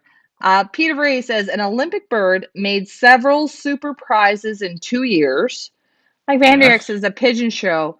The big winners get nominated to represent their country. I think it's a little bit more than that, Mike, but thank you for your input. Alfred says, Olympiad pigeon all around means that she or he has flown in 1 to 100 on all flights, so always in the top 10. And on, I don't know why, Facebook's cutting off the comments, but it's the best of the best. Think of it like the Olympic Games, that happen every couple of years, however many, there's only few that make it, and you have to be at the top of your level. Go ahead, Ryan. And Mike, it is a pigeon show, yes, but you don't get to the pigeon show until you've flown 2 years. And what Alfred says is you've got to be in the top 10%. The top 10%. You have to be a pigeon that just isn't pretty and balanced and tight vented. You've got to dominate. And then when you get to the pretty show, you better be damn perfect. You better have you better be Marilyn Monroe or Pamela Anderson or Claudia Schiffer, whatever, in looks. It's the best. And Martha of the best. Stewart in the kitchen. You got to be a pretty blonde in the kitchen that can really cook. What are you talking about, Martha Stewart? Like me? Yeah, Moving right. on. Like me, exactly. Moving on. So no, it's almost it's a big deal. It's almost like a huge deal. You know the World Cup soccer in Europe.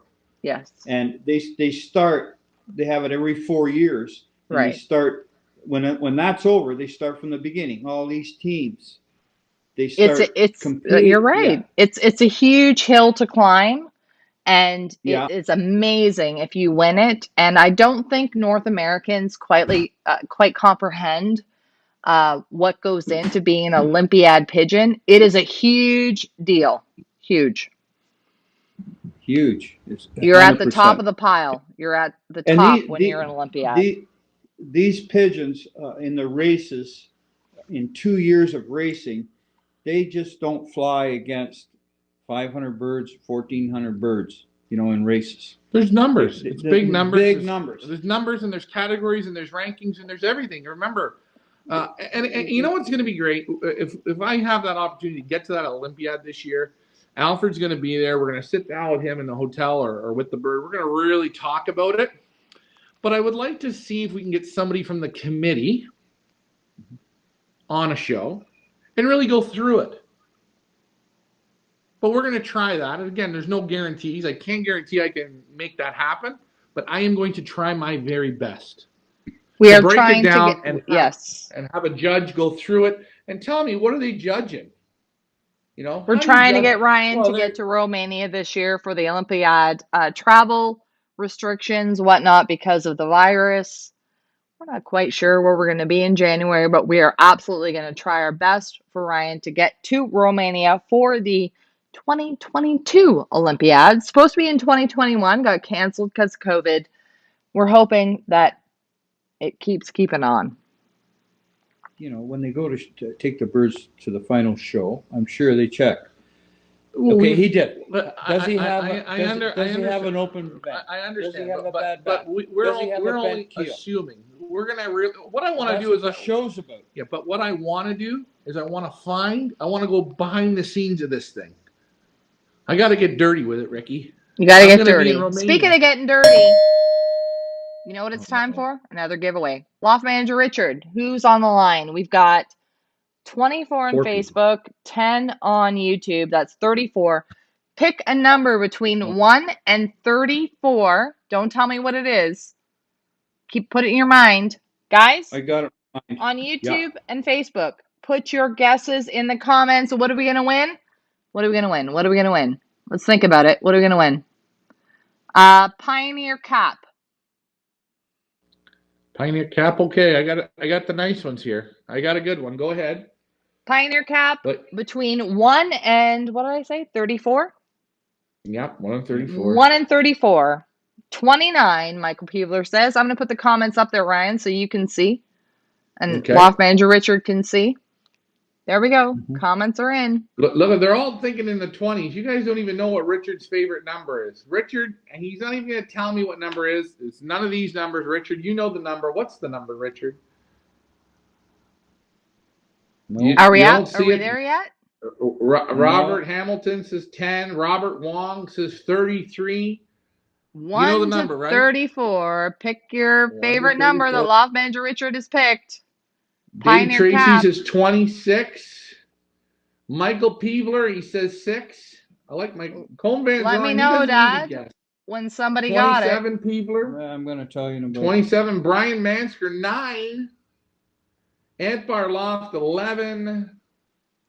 Peebler again. He wanted to come back with 2. Michael, you get no more guesses. Brian Mansker 12. Peebler 6.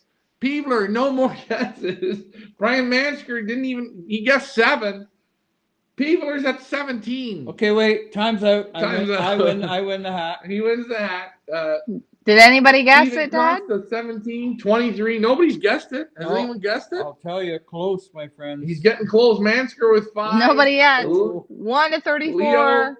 Leo, Pick the number and get a Pioneer cap. Brian Mansker. Peebler and Brian Mansker. Guys, do me a favor. Do not buy a lottery ticket tonight. Yeah, you're finished. Leo, you're at 23. You're wrong. Peebler, keep swinging. You might give somebody a cold. Cavender Loft 3. Brian Mansker 5. Michael Nobody Peebler, yet, 20. Dad? Oh my God. Tracy, would you guess a number? Come on, Tracy. Give us a guess. 21. Leo's guessing. Leo and Peebler and Michael Peebler 66. I love it.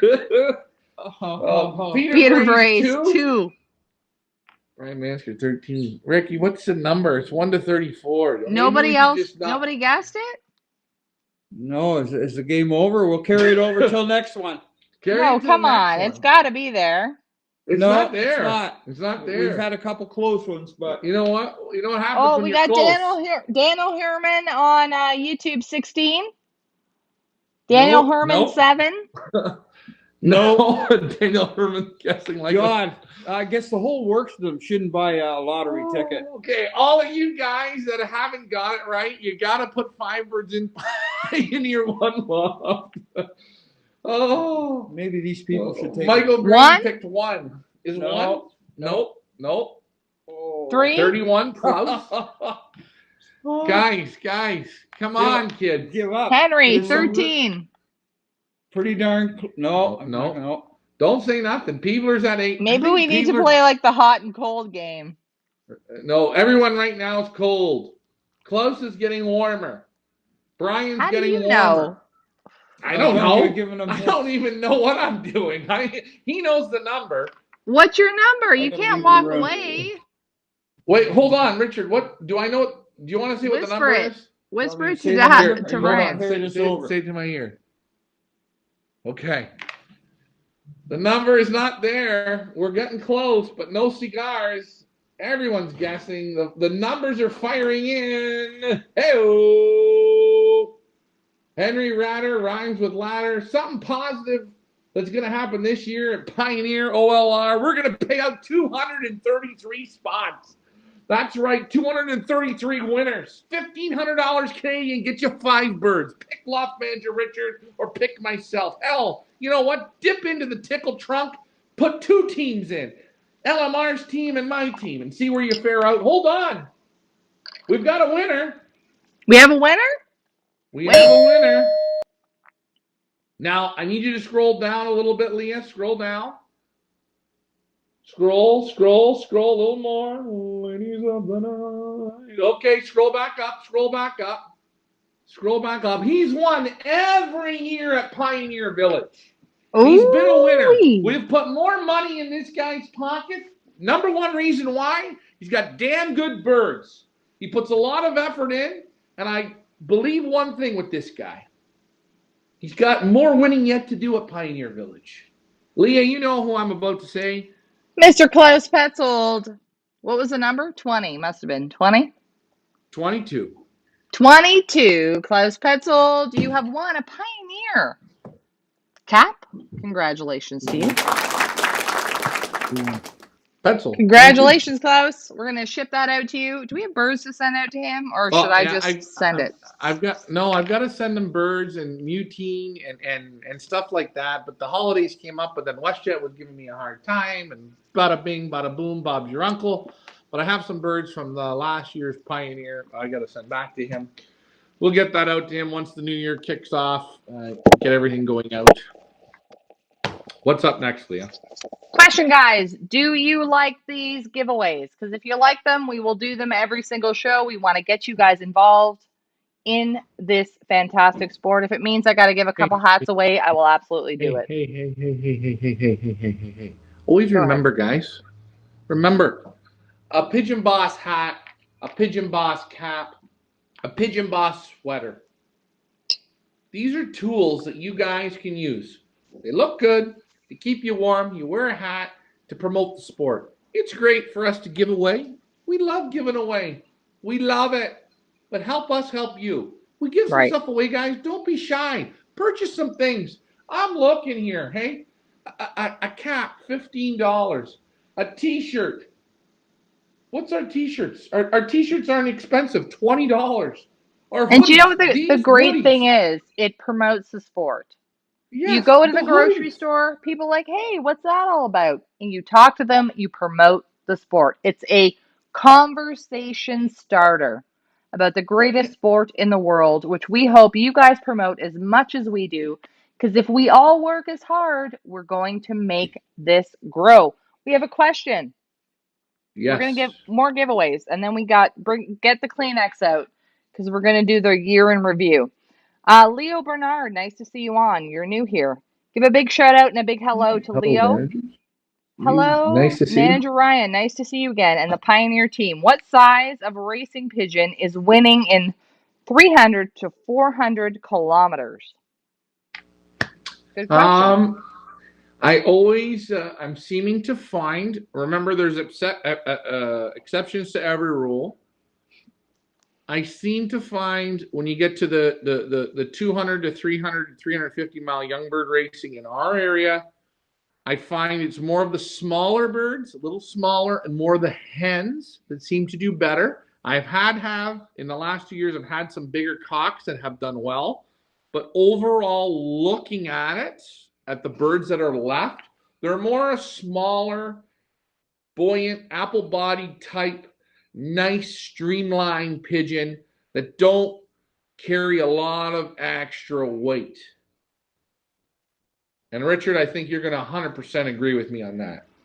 Very buoyant. Very buoyant, Very buoyant. very not overly big. And guys, for any of these one-off races, I still think hens are the best.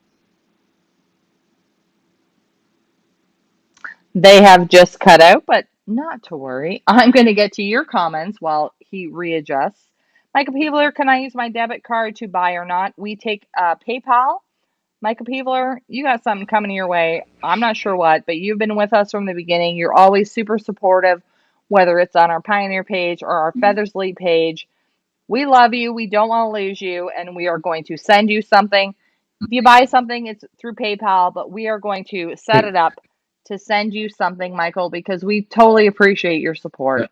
Go ahead. and and one thing I want to say for you guys, the listeners, if you could give Richard, myself, and Leah a pass, if you could do us one favor this year, please remember one thing. When we do the shows in the loft, or we're working with the birds, or we're talking, and we're very passionate and emotional people, sometimes we say something that could come out wrong, that could come out completely wrong. And I've said it numerous times. These birds are crap. Hold on. I'm not saying your birds are crap. I'm having a bad moment. It's Right. me ventilating. And when you're by yourself and you're with your dad flying pigeons, and you talk about your own birds, you go, these birds are crap. They're not doing what I want. They're dumb. They're stupid. Yes. God damn these fucking birds. Yes. That's what you say. But you want to know what the problem is. When you take in other people's birds and you're giving them the real you, sometimes you say to yourself after, whoops, whoops, I got to remember these are other people's birds. And I don't mean your birds are crap. They're not. But it's Right. a passion, it's a feeling, it's a like, God damn it, I'm trying so fucking hard. I need a Yes. little more. And all I'm saying is I'm gonna put my foot in my mouth. I can't guarantee I'm not. I'm gonna try not to. But please, guys, hey, if we say something that offends you, send us a private message or ask us on the show. You got to sometimes give it a little break this way, that way. The But birds are hey, great. if you're That's sending it. us a private message, please don't do it at midnight. Yeah. Because that's another thing that just sets us off. It's like Ryan said, he hit the nail on the head.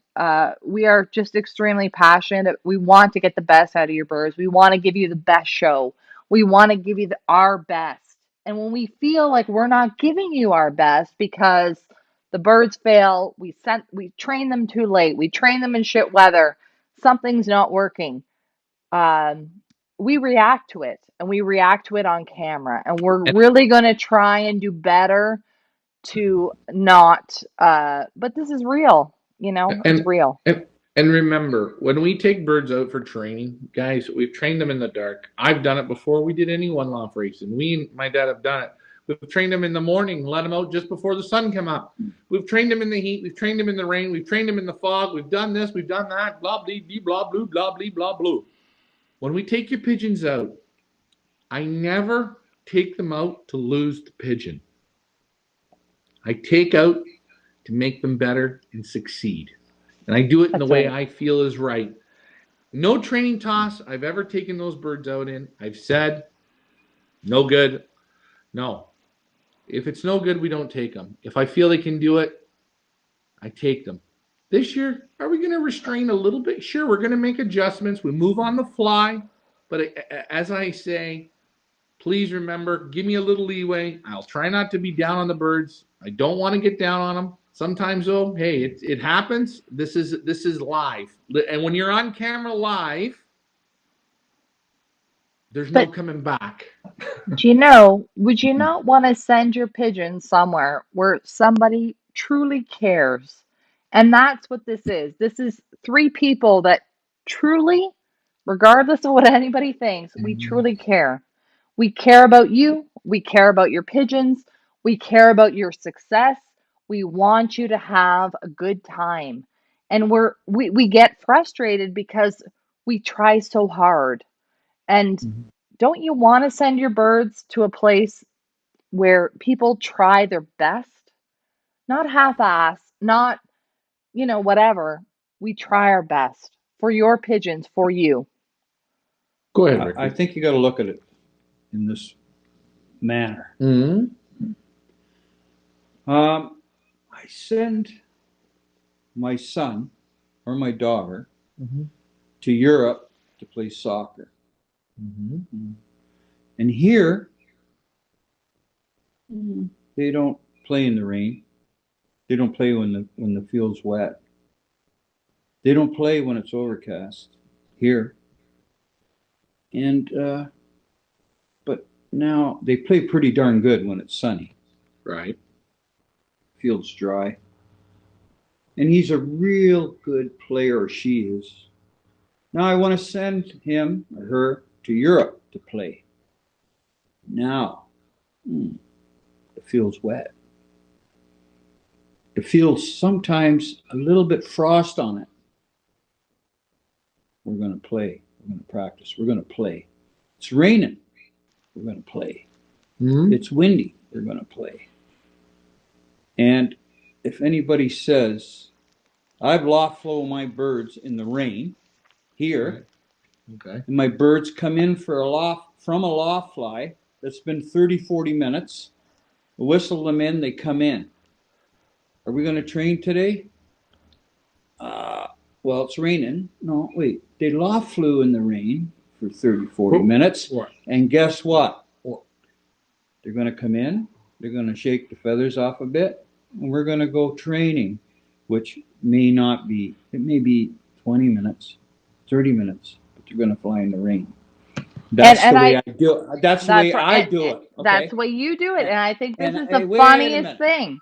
The I funniest wasn't thing is born people yesterday. think that you're a soft ass and Ryan is the tough nut, the slave driver. And I think that you guys are going to see as the season progresses that it's the other way around. My father is a taskmaster. That's If how you my want, brother made it to if Europe you, to if you, play yeah, against the best in soccer because my right. dad If you, trained him from a boy.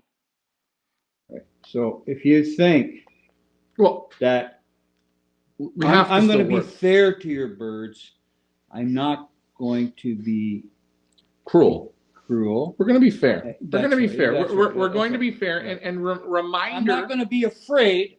Hold on. Oh, yeah. I will not be afraid to go to work. of you. the person that put the birds in my race. Yes, that's 100%. I will not be afraid of That's you. right. So when they come to the camp, they're going to come. They're going to be treated like kings, every single one. But when the king has to get up and do some work, he's going to do it. And it's going to be fair. Okay? That's right. Yeah, That's what I'm saying. Okay. And That's I right. think that's the funny thing. I think that's the thing that people think that dad is just a softie and he is the greatest guy in the world and the softest guy in the world. But when it's time to go to work, let me tell you something. You go to You'll work go. with my dad. You don't F around. You go to work. You got a job to do, you do it. That's how we were raised, Ryan and I. And that's how he treats his pigeons. There's fun time and there's time to go to work. When you go to work, you put your nose to the ground and you go to work. And that's how my dad is. And I think, And, you know what, you guys are going to be in for a bit of a treat. You know, and, and, 10:30 and and, ask. Hold on, we got questions. We got questions. From what date they go on the darkening till when? they're Klaus gonna. just reserved his purchase. Klaus, we are so happy you're coming back. Good job. There you go. Good job. That's great. My darkening this year, I'm going to play with it. I'm going to be a little different this year. I'm going to darken, obviously, from when the birds first come in. So the last week of April. First week of May, we're going to start the darkening system with them. And I am going to probably darken into maybe the second young bird race, second or third young bird race. I will darken right up to that. And our young bird races start, Leah, when do they start? July 23rd. July 23rd. So probably about the first or second week of August, my young birds are going to come off the dark. I want to try that this year. I want to see. I've seen a lot of people do it with really good results. I've never tried it, but I want to do that. And there's a few other little things I'm going to do as well. I know Richard's going to darken. He's going to darken the way he wants to. But again, darkening is normally a minimum 8 to 10 weeks. So you think about it. The birds come in, let's say May the 1st. Let's go 10 to 12 weeks. We got May the 1st. So June the 1st, July the 1st is 8 weeks. August 1st, 12 weeks, and they're out. So you'll be about the same time as me. And yes, we will be doing lives in Ryan's loft and in Loft Manager Richard's loft daily. Go ahead. And please, I know we talk this up, and it's 230 prizes, and that's great. Please do not compare this race to any race that is running right now in North America. We run an 8-race series that is actually scheduled. July 23rd is race 1. Our dates are all there in black and white. That's when the game starts. Right. We don't vary from it. We don't change for picnics and barbecues. We don't do that. We're racing against combine birds. The birds are set up, and your birds have to go the distance. They've got to go the 8 weeks. So this is a total different. It's totally system. different. Speaking of going the distance, Klaus is asking, Elamar, when will yours come off the dark? You haven't thought that far ahead yet? Yeah. Have you thought that far ahead I yet? think we're both good. No, I think we're going to go about the same. We're going to be about the same. He's going to be probably just around the first week of August. He might. I'm going to be I'll be at least 2 weeks longer than you because I'm going to be a little bit different. So he's going to be a minimum 8 to 10. I could be 12 to 14. And so it begins. Yeah, we're going to be. And so the fun begins. You're going to see the father-son competing against each other with your birds. It's going to be a lot of fun. I'm going to say something, people. If you're sending birds for myself to handle, I think it'd be great to put those birds to the stresses before you send them to me. So they learn the stress.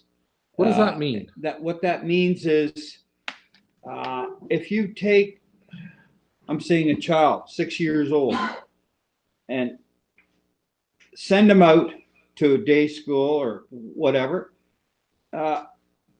he learns the stress. If he's with his mother all the time, he doesn't learn that little bit of stress. Now take that same child and then tell him he's going to have to go now for 2 weeks, 3 weeks, stay at a private school. That's actually more stress for him. He learns that stress. By the time, if he keeps jumping to private schools, by the time he's 18, he's a man. The stress, he's learned that stress. And when he's 16, he calls home and his mother says, sorry, but I'm busy, can't talk to you. That's another stress. I'm saying put those little guys through the stresses before I get them. It makes, Right. once they can handle stress at the highest level, then sickness comes easier. Like they can handle stress easier. That's the way I look at it. You We know what I have a mean? comment from Comanzorin. Is it wise to start dimming early until the longest day after that 3 weeks? Normal, and then with the lights until the evening around 11 o'clock. Yeah, that's about right. Remember, Alfred and them, they breed earlier. These one loft birds as well. We're taking them the time that we're taking them in. There's a lot of fast moving parts here. Okay, get them in, settle them, get them out loft line. They're in the dark. Get them to loft fly good, and then basically start to train, and get them into the race series. There's not really it's constantly evolving. And what Richard's saying is teach your birds to handle the stress at your own loft. It's good to switch the youngsters into sections. It's good to move them around, change their feeding up, teach them to eat in a basket, teach them to drink out of different drinkers, teach them to handle the stress, because the easier they handle the stress, Is the less the devil can climb on them. And guys, reminder, take your birds training. Take them to the grocery store. Put them in your car. Don't let them out. Take them. Teach them to drink in the basket. Give them a week or two in the basket. Bump them around. Get them going. Get them used to the way of the road. That way, when you send them to us, they've got a little bit of sandpaper in them. A little grit. And you know what? It's a great thing for you to look and say, you know, I put these 10 birds. I was going to send them to Pioneer. I want to send 5, but I got 10 in the basket, and I really liked that red. You know what? I've been doing what these guys say, and they all look good except for the red. The red's not handling the stress, so you don't send the red. Look at the blue checkers. Man, they're handling it great. The bird's telling you, don't send me. I can't handle this. And if you can't handle that stress, you ain't going to handle 8 or 9 weeks of go to work. That's right. So guys, you hear Gallo. The pigeon has to talk to him. He looks at the pigeons. He studies the pigeons. He does his own tests. Put your birds through the test. That's why I wean them 16 to 18, 20 days old. I wean them at that age. I take them from the mother, the parents. They're wet, very wet under the wings. They can hardly walk. And I wean them, and I see how the stress looks. You know. Right. And guys, you don't have to do everything we're saying. We're just giving you tips. You can do it. You want to wean them at 30 days. It's great. Remember, keep your eye on your pigeons. Keep your eye on the birds that you want to send out. Why? They will talk to you, but you have to listen. Top-notch athletes, they don't start playing the game when they're 16, 18 years old. Very few. Right. Well, and as Alfred says in the comments, put them in the baskets, give them food and drink in the basket. That is the biggest stress factor. You're hearing this from an Olympiad winner. I think not once, but twice, right? Second time for him. And guys, if you want to just to see how honest this man is, he's not a hard trainer. Go and look at the video I did. I did a loft tour at Alfred's place. Oh, You are going to see. hold on before I interrupt. On New Year's Day, on Feathersley Pigeon Auctions, we are doing a FIPA loft manager tour. What do you call it? A binge watch, where we're going to show all the loft tours that Ryan has been to in the last 3 years. We're going to show them on Feathersley Pigeon Auctions on our Facebook page on New Year's Day. So stay tuned for that. Right, but Go getting ahead. back to Alfred, you will see he's got a training trailer. He doesn't need it, but he needs it. Why? He wants to educate his pigeons when they are in the transporter for whatever race they're going to. They are used to the transporter. And you take a look at his transporter that he's purchased, that he has. It's, you see, we leave no stone unturned.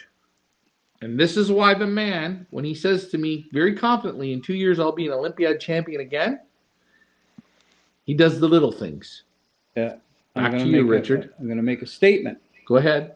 The man already at that point is showing another level of stress. Oh, shit. Sorry about that. Go ahead. Leah. He's showing. Leah, let's not get too excited, okay? He's showing another level of stress. He is. And same as training. If you don't train in the wind and you don't train in a little bit of drizzle, right, and that's all levels of stress. So you take it from the beginning, from weaning, right till this certain point. There's all levels of stress. I'm going to stress them. I'm going to do this. You know, and I mean, it could be cruel. It could be cruel. And you know what? And getting back to, well, I'm going to use Alfred. I talked to him, right? He's an Olympiad winner. He's won the Shadow Row race there. He's a very, very small loft. He's one of the smallest I've been to. He's like a Peter Vrays, very small setup. And, you know, he says to me, Ryan, I've purchased a couple pigeons in the last year or two, and he spent thousands of dollars on them. Right. And I think to myself, in one way, you're an Olympiad champion, right? You have everything you want here in your little loft. No, I don't have everything. I have to still get better. I still have to evolve. He doesn't rely on. He has that base, but he's bringing in the super quality pigeon, the super quality pigeon, the super quality. Go to the Jan Hoymans and bring that direct from Harry in. You know what? I'm telling you, this is why when he says in 2 years I'll be an Olympiad champion again, he's not relying on the past. He keeps evolving. I don't know. Sorry, Alfred. I'm giving some of your tips out. My apologies. So Troy Spencer says, I didn't find my pigeons. Why does Facebook do this? I didn't find my pigeons get stressed out in the basket. Troy? Give them a week in the basket. Give them Troy? 10 days. Give them 12 days. No, wait a minute. Troy, hold on a minute. Troy, my friend, I love you. You're fantastic. You're a great supporter. Troy, how'd you do in the Pioneer 1 loft race? I'm not knocking you. I'm not cutting you down. I'm just saying there's always room for improvement. And perhaps, you know, I don't know. Am I wrong? Hey, guys, put your birds, think about this. Put your birds in a basket with some straw.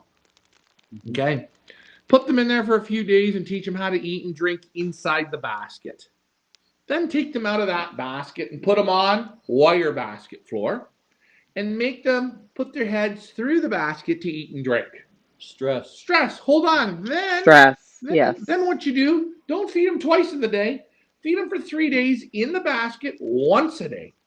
And by the way, when you feed them once a day, put them in your car, drive them to work with you, and when you're on lunch break at your work, feed them then.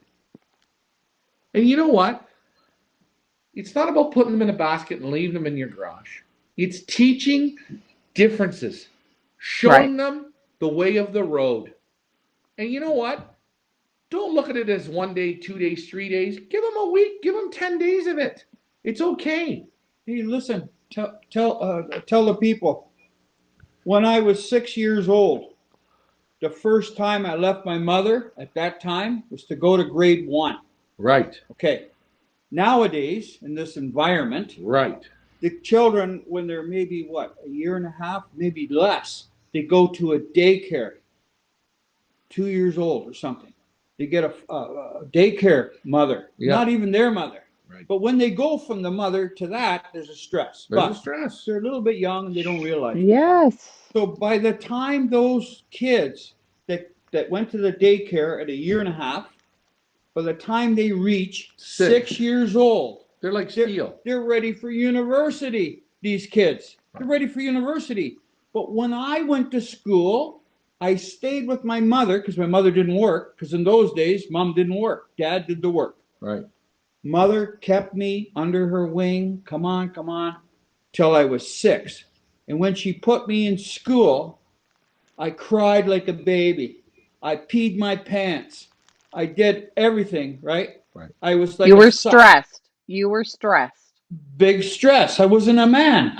But meanwhile, today's kids, by the time they hit 6, they're almost like, I'm saying, like a man. And this isn't to say how you've done last year or this year. All we're trying to do Educate. is give you options in other ways. If you choose to do it, great. If you don't, that's fine. Hey, bake the cake. I had However somebody you on want. my. Sure. I had somebody. Exactly. I'm not knocking Troy. I am not knocking Troy. I'm just saying, you've run a one loft race for your 10 years now. Dad said in the last show, 10 years you've had one loft race. You've seen them come in, wet under the wings, squeaking at you, mama, mama, mama. We're just speaking from experience and saying, we want you to do the best this year. We want you to really win and do great. We're speaking from experience. Let me say something again. We've had birds sent to us like 35 days old, or what's the next 7, 8 week old young ones, full wing, dropped even the first flight. They sent them to us. The darn things can't figure out where water is. They can't. But meanwhile, I've had birds sent to me on the first flight, young ones. Soon you put that down, boy. Bang, they know. Bang, they know. Because the person's, Yeah, and guys, little tips here. Tips and tricks and tips. Some small things. We drink our birds on a milk crate or a pop crate or a soda crate.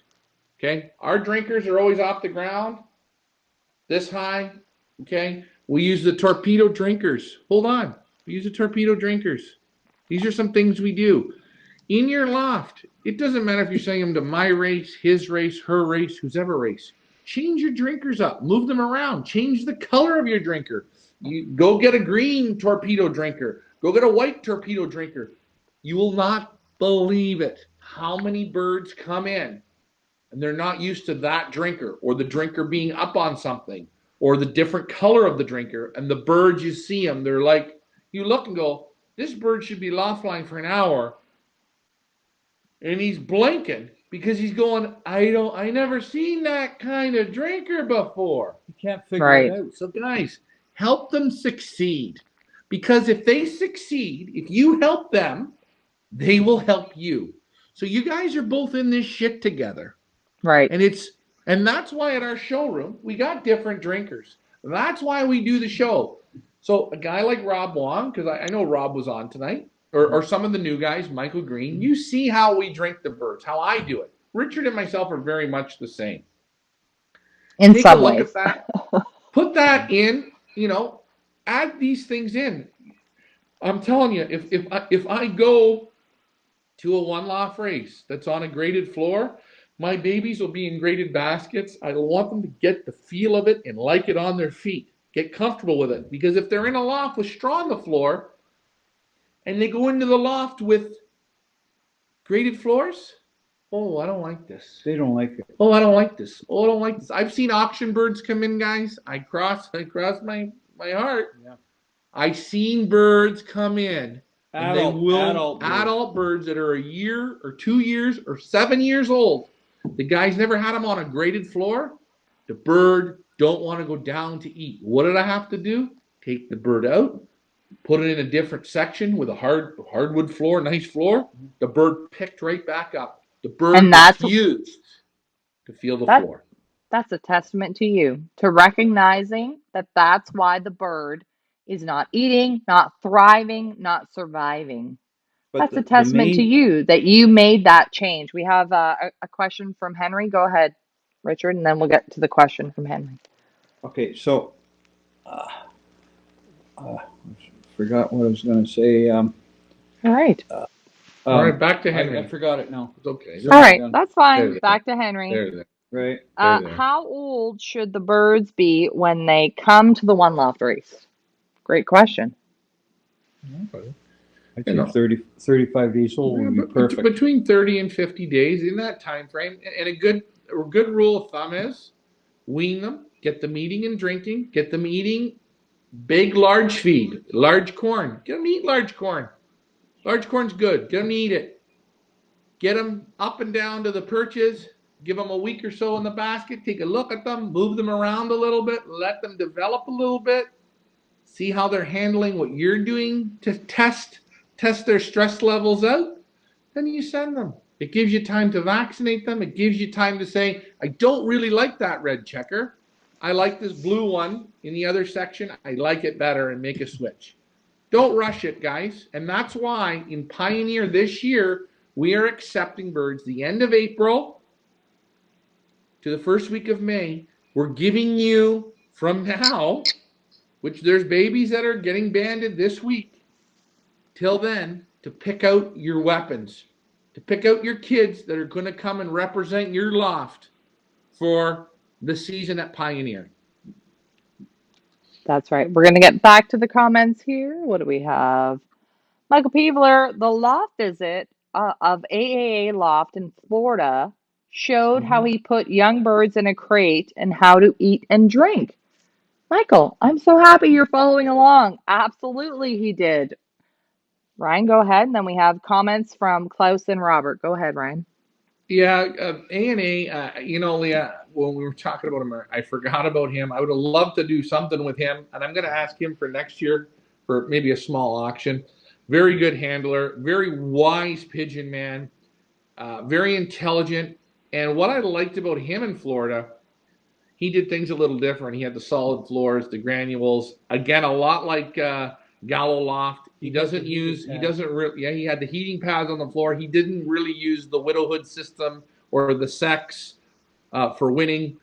A lot of the same ideas, super condition, well trained, and super quality pigeons. A&A Lofts, he's a super guy as well. I forgot Do, about him, Leah. do, Shame on me. do you know what we should do? We should do a show where we focus on a loft tour you did, and we show the loft tour, and then we pause it at places where you feel it's important to point out points that these guys are making when you're doing the loft tour. We should do that for We can try that. 2022. You've Good done so idea. many loft tours, and there's so many key points in the loft tour that I think people miss maybe when they're watching it, that we should sit down and do a show and point it out and pause and say, okay, look what this guy's doing. This is important. You need to Or pay this is what we attention like. to this. Yeah, that's right. And Michael Peebler pointed it right out, right? He watched that loft tour at AA Loft, which is on, by the way, our Feathers League Pigeon Auctions YouTube channel. Please like, subscribe, and share. Put that little plug in there. But he picked up that. He picked it up from that show. And I think if you just sit and watch, you're going to pick up a lot of key points from other I guys, think, not you and Richard. If you don't want to listen to them and you think they're full of shit, that's fine. Watch our loft tours. Pick it up from champions, Olympiads. Ryan's been to Europe. He's been to the United States. He's been to all the top lofts. I Pick out think, things and incorporate it into your program. I Go ahead. think if you have, you meet with a pigeon man that's been flying racing pigeons for 50 years, 40 years, 40 to 60 Right. years. Is this still on? Yeah, we're Yeah. on. Yeah, we're by on. Go this ahead. time, by this time, Right. if we are interested in flying, Uh-huh. in other words, we Right. haven't been sleeping all those years, Right. we become, and I'm going to stand up straight. I don't care if it's the guys in Europe or Okay. here. We become pigeon doctors. Right. And I heard in this little short time what I said about taking birds and putting them in baskets and doing this shit and stress. Right. Alfred said the same. The other fellow, A&A Loft. A&A Loft, Yes. he said the same. We're all, now we may not all do everything so perfect, but we have a lot of similarities that hit it. And when we go and meet and we talk at a table, we don't start bragging about this and that, but we can hear and we can smell and we can feel the learning. The same answers, or this way and that way. Right. And what I appreciate too is this fella here that could see this. Michael Piebler, yep. Yep. He's in the same brainwave. But by the time he gets to fly 60 years or whatever. Do you want to know what's great? That there's options for people to see those tours and see that and try and see what we're trying to do. Again, you take last week in the United States, Gallo Loft, a dominating killer loft.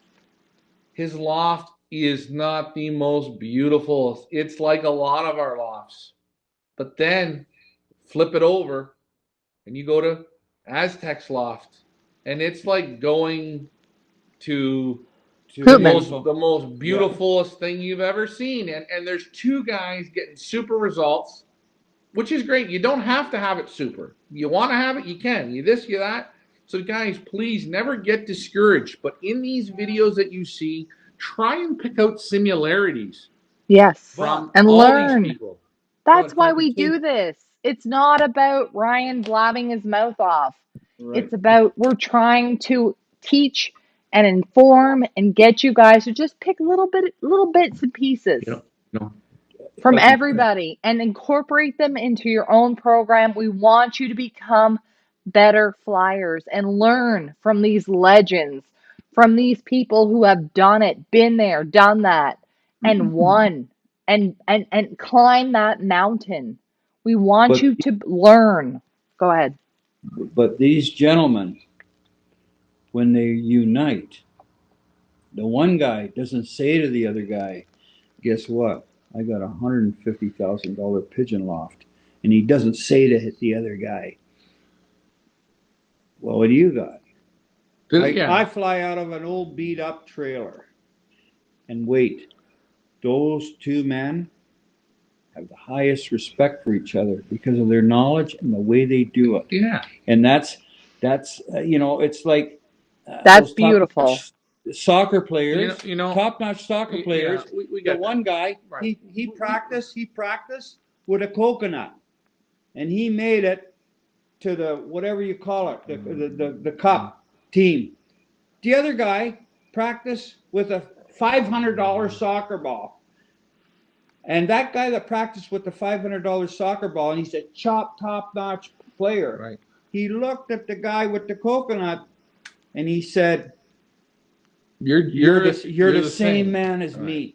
That's right. And this is what we're trying to show: the diversity, regardless of where you come from, of what your loft looks like. You can do it if you believe in yourself and you use your common sense. You can achieve anything in this sport. And that's we're trying to show the diversity. Yeah, that's right. And there's things that we pick up that I can pick up, that I've picked up, and I try and relate to people. And it's a very hard thing to do. And as I say, sometimes the cameras aren't on. I mean, I asked a gentleman, this is a great question. I asked a gentleman one day, he bought, in his life, he bought, I think it was 48 or 50 First National Ace pigeons. And I asked him, I said, how good were those pigeons? He said, they were great. I said, no, come on. How good were they? How many of them bred you good? And he said, Out of the 50, 48 bred me nothing but supers. 2 of them were a bust. Okay? I have never bought one of those types of pigeons. But I trusted the guy that said this to me. His feeling on it, I could see it in him. Would I ever worry? Like Alfred's got one? I would buy it in a second. I would buy Alfred's bird in a second because I know the odds of that bird producing superior pigeons. A man had purchased 50 First Nationals or National Ace pigeons, and he gave me his result on them. Those are Don't get superior down, pigeons. guys. Keep going. Keep positive. Keep going. You will make it. We're going to get back to the comments. Close. Okay, Elmar, we both have sometimers. Sometimes we remember, sometimes we forget. Well, that is Elmar in a nutshell. Robert Daughtry, because of you, Ryan, my birds can't get enough reindeer corn. Round of applause to that because we love reindeer corn. Sam Thiemann is in the house. Nice to see you on. Friend, Brian Mansker likes the idea of us showing the loft tours and then us pausing and picking out key points. We'll have to make a note to do that. Troy says the pigeons I send to the one loft races was about 2 to 3 months old. They were already climbing the ladder. Robert Daughtry, we love it when Ryan gets fired up. Well, we do too. we're going to try and contain ourselves. Should we do the Bachelorette? Should we save it till next week? Should we do our 2021 Pioneer Roundup? Well, you know what we're going to do? We're going to do the Bachelorettes on our... now, just an FYI, we're not close to being done yet. Next week's family show is on New Year's Eve, Leah. No, it's not. The 31st is a Monday. No, it's not. The 31st is a Friday. All right, so this is then our final show of this season? This is the final show of 2021. What a year it's been. So we're going to do, then, on the next family show, we're going to do The Bachelor. I will have Plugger photographed. I will have his eye sign and his eye video done. I will have the 3 candidates for Plugger. And you guys are going to vote on it. We're going to talk about it.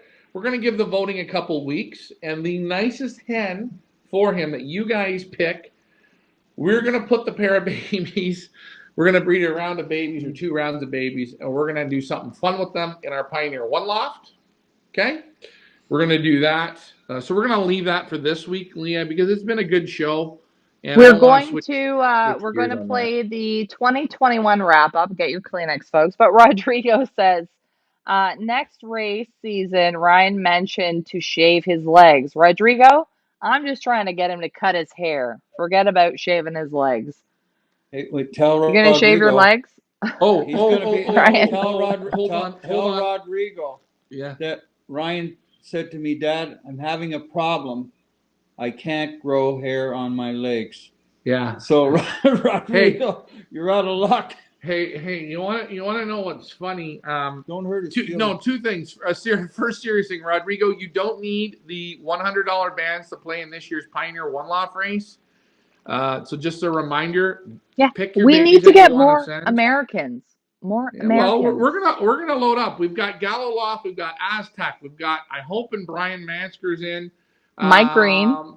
Mike Green, I can't forget Mike Green. The team of Swoop Loop. If they're male or female, I don't know what they are, but they're in. I'm hoping Tracy's in. Rita. Wait, hold on. Wonder Woman Rita.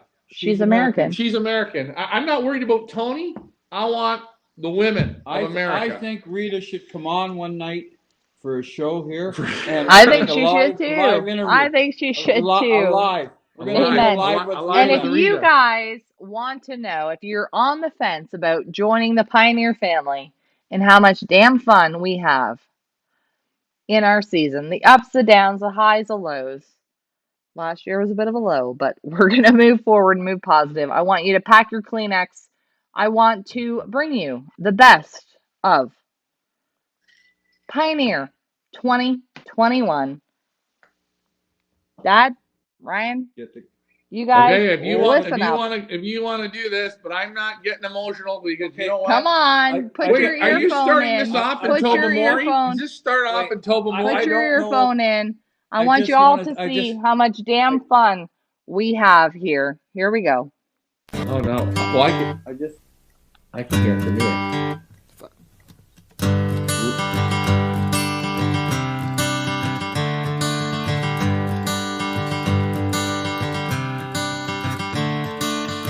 Another turning point, a fork stuck in the road.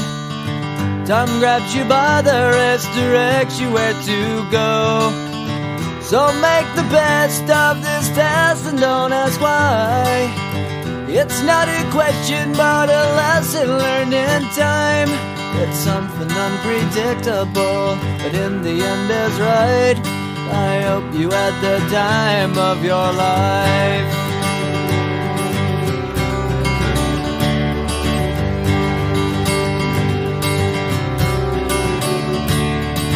So take the photographs and still frames in your mind, hanging on a shelf in good health and good time. Tattoos of memories and dead skin on trial. For what it's worth, it was worth all the while. It's something unpredictable, but in the end is right. I hope you had the time of your life.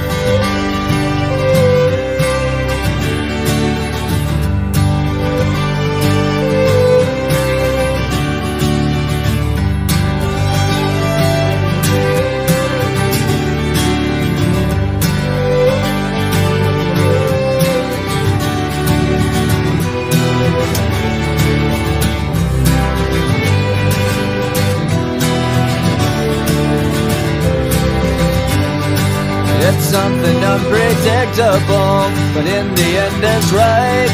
I hope you had the time of your life.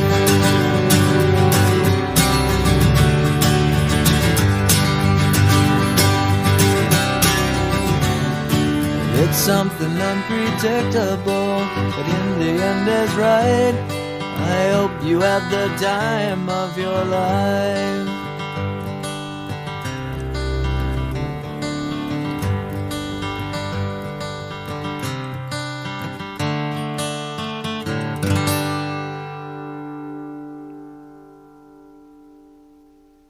That's what we do here at the Pioneer Village. There we go, guys.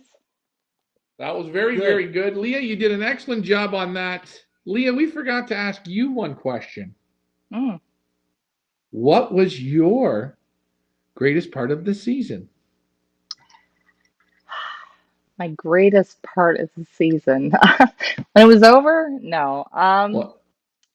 Getting to know everybody, enjoying it, having fun, the highs, the lows, it was all the best. I mean, we had some lows but man, We did her. It was a lot of Troy it was says a we lot of missed the fun. cornhole. Oh, well, We we're gonna we have that this year.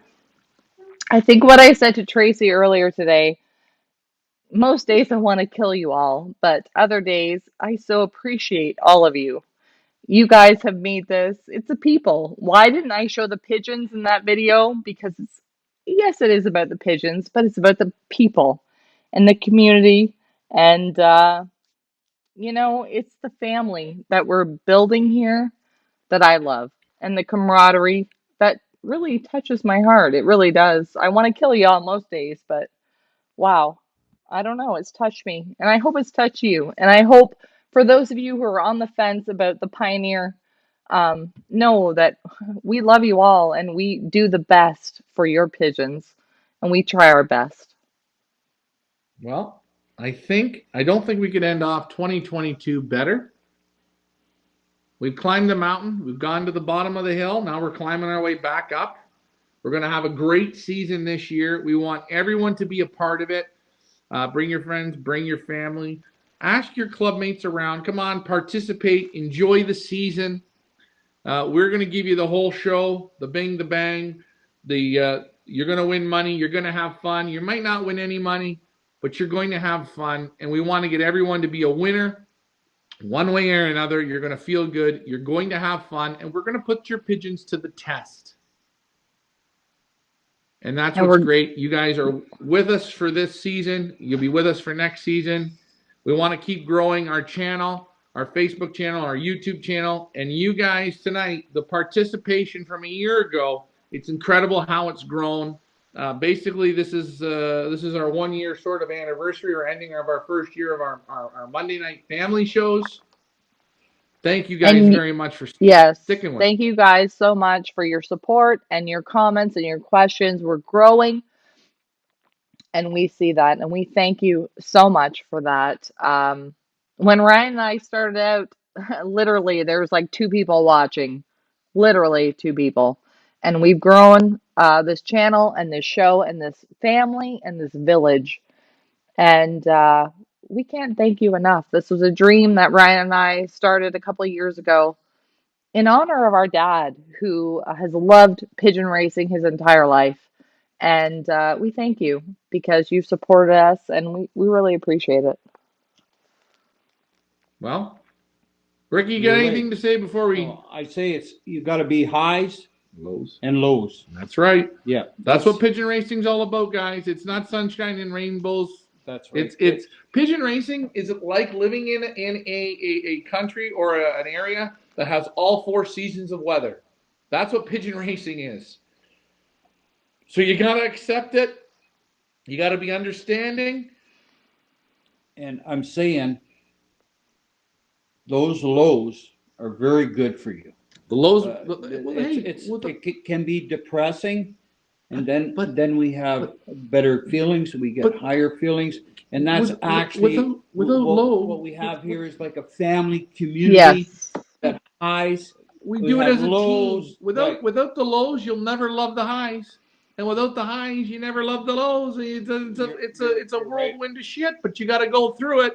And you guys are with us, and we're with you guys. This is like bad reality pigeon TV during our race season because we can't hold back. Although we try, we are just raw and real and emotional and passionate. And good Lord, thank God there's a couple real people in this world. I'm going to get to the comments because we have some great ones. Some people like the video. I'm getting shivers because I just touches my heart. David Tracy, this show is addictive. Well, we hope so. Mike Green even has his wife watching now. Well, thank you to your wife. What's her name? We're going to get her with her pom-poms and her skirt in 2022.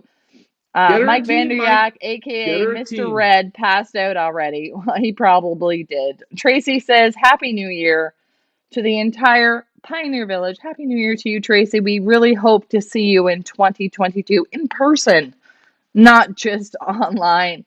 Robert, I was the first one watching. Hey, Robert, we love you. We love you all. We really do appreciate all your support, even though we're a little bit wackadoo sometimes. Daniel Herman on YouTube says that was fantastic. We love support from YouTube as well. We're just trying our best, right, Ryan?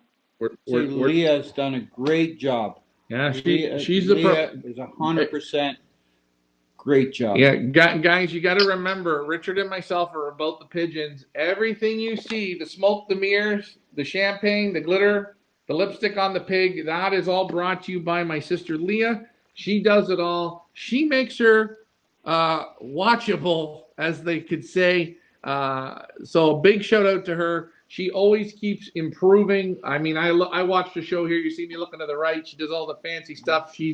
She really narrates got a great voice, and she got good pigeon feel as well, which is nice. And hey, as long as she's with us here, we're gonna head in that right direction. It's gonna take us a little while to get there, but we're gonna master it here eventually. Michael Peebler, happy New Year. Good night. Take care, and God bless you all. God bless you, Michael Peebler. Thank you so much for supporting us. Mike Green says his wife's name is Heather. Everybody, whoever Heather is tuned in right now, give a big shout out to Heather. We hope she's going to put a team in the Pioneer Invitational One Loft Race for 2022. It's going to be a great time. We're keeping things positive. We want this sport to grow. We want you to get excited about pigeon racing and promote it to your friends, whoever. We don't want this sport to grow. That's why we're here. David Tracy, Leah, you could have been in broadcasting. You do a great job. Well, thank you. I don't think so, but thanks. I do it for the love of the sport and the love of course, my dad and my brother. I want to keep this keeping on, keep promoting this sport. I want it to grow. I want to kick the negativity aside, and we're a place of positivity in 2022. And we want you to be positive, and we want you to go forward in this year being positive about your pigeons and what you can succeed if you put your mind to it. Pick bits and pieces out of what we talked to you about, our loft tours. Pick bits and pieces and incorporate it into your breeding program. We think you're going to do great. You Positivity can always 2022. Go ahead. you can always learn every day a little bit. And I just want to say that Alfred just sent me a message asking me how many loaves of rye bread should he feed 20 pigeons once a week. See, right when you're trying to get off the road, LMR, he comes right back with the right old hook, guys, and you're going to get to be a part of his loft this year. A Pioneer OLR again. I'm Leah. I think we're ready to let her go. What do you think? Yeah, I think so. All right, Leah, you say what you're going to say. Richard, I'm going to let you say one thing, and then I am going to close it down, Richard. And then I'm gonna play the 2021 wrap up again. Hopefully Facebook doesn't cut us off, but if they do, well, oh well. Okay, Leah, all the best. Ricky, you're going first. Go ahead, let her go. All the best. All the best. That's all you got to say. Yeah, and we're not going to go back over all that stuff. Okay. Leah, what are you going to say? Oh, Henry wants to know if we have any leftovers from the Traeger from Christmas. If y'all want to come over for New Year's, apparently we're doing something at the Pioneer Village that I'm not aware of, but we're doing it. $250 a person, $250 for Pioneer Village. I need to know by tomorrow if you're coming to the Pioneer New Year's Jingle Jangle. It's going to be great. Again, I'll get a disco ball. Disco ball. Wear slippers for sure. Ricky, you told you're not allowed to talk anymore. You said your piece. Leah, do you have anything else to say on this season? We wish you a very happy and safe New Year. We wish you guys the best. I want to thank you guys so much for your support. We're almost at 2,000 subscribers on YouTube. Ooh, ooh. Congratulations for that. Last year we were at like 500 this time of year, and now we're at 2,000. So round of applause for that. Please remember to like, subscribe, share our page, promote the sport of pigeon racing, whether you like us or not. Somebody might get hooked, and that's what we need. We need this sport to grow because it's dying. We're here to not let it die. We want to wish you a very happy and safe New Year. I'm sure we're going to be live before then. If you want to come down to our New Year's celebration on New Year's Eve, let us know. We will have an open house if you want us to. I'm not sure who's interested in that, but hey, we're going to set up the karaoke machine. I might get a disco ball if we get enough people. Remember, you guys got to buy the ticket. So, Leah, you're done saying what you're going to say because now I'm going to end on a high note. And then I'll play the wrap up again. You're gonna play your jingle. You got to get that jingle in, guys. On behalf of Richard, cut off. No, Richard, you've done talking, Richard. On behalf of Leah, Richard, myself, Richard, and Leah, me, and Richard, however way you want to cut this cake, I want to thank you guys for sticking with us this year. I want to thank you for participating, for all the participants for the last 2 years. I want to thank those birds that gave me everything they had. This year, we're going to go a little farther. We're going to find that little bit more. I need you guys to dig just that little bit deeper. Stick with us. All the inches, all the bricks, and all the miles.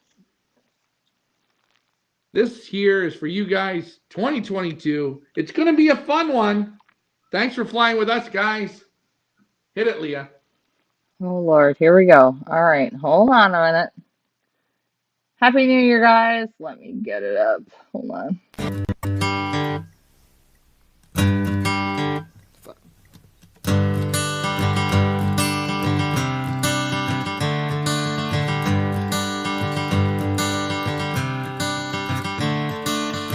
Another turning point, a fork stuck in the road. Time grabs you by the wrist, directs you where to go. So make the best of this test and don't ask why. It's not a question but a lesson learned in time. It's something unpredictable, but in the end is right. I hope you had the time of your life.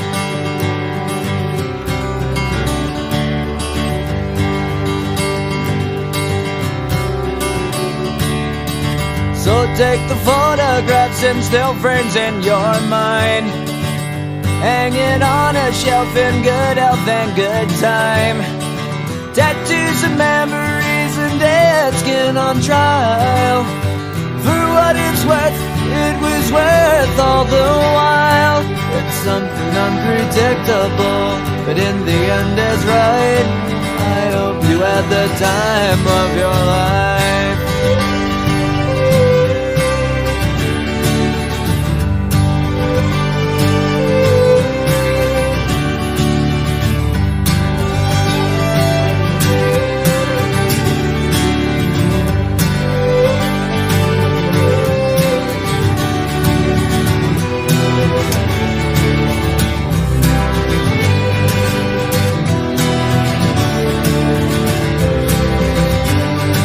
It's something unpredictable, but in the end it's right.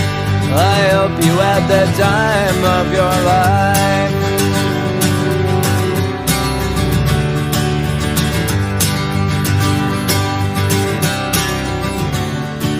It's something unpredictable, but in the end is right. I hope you had the time of your life.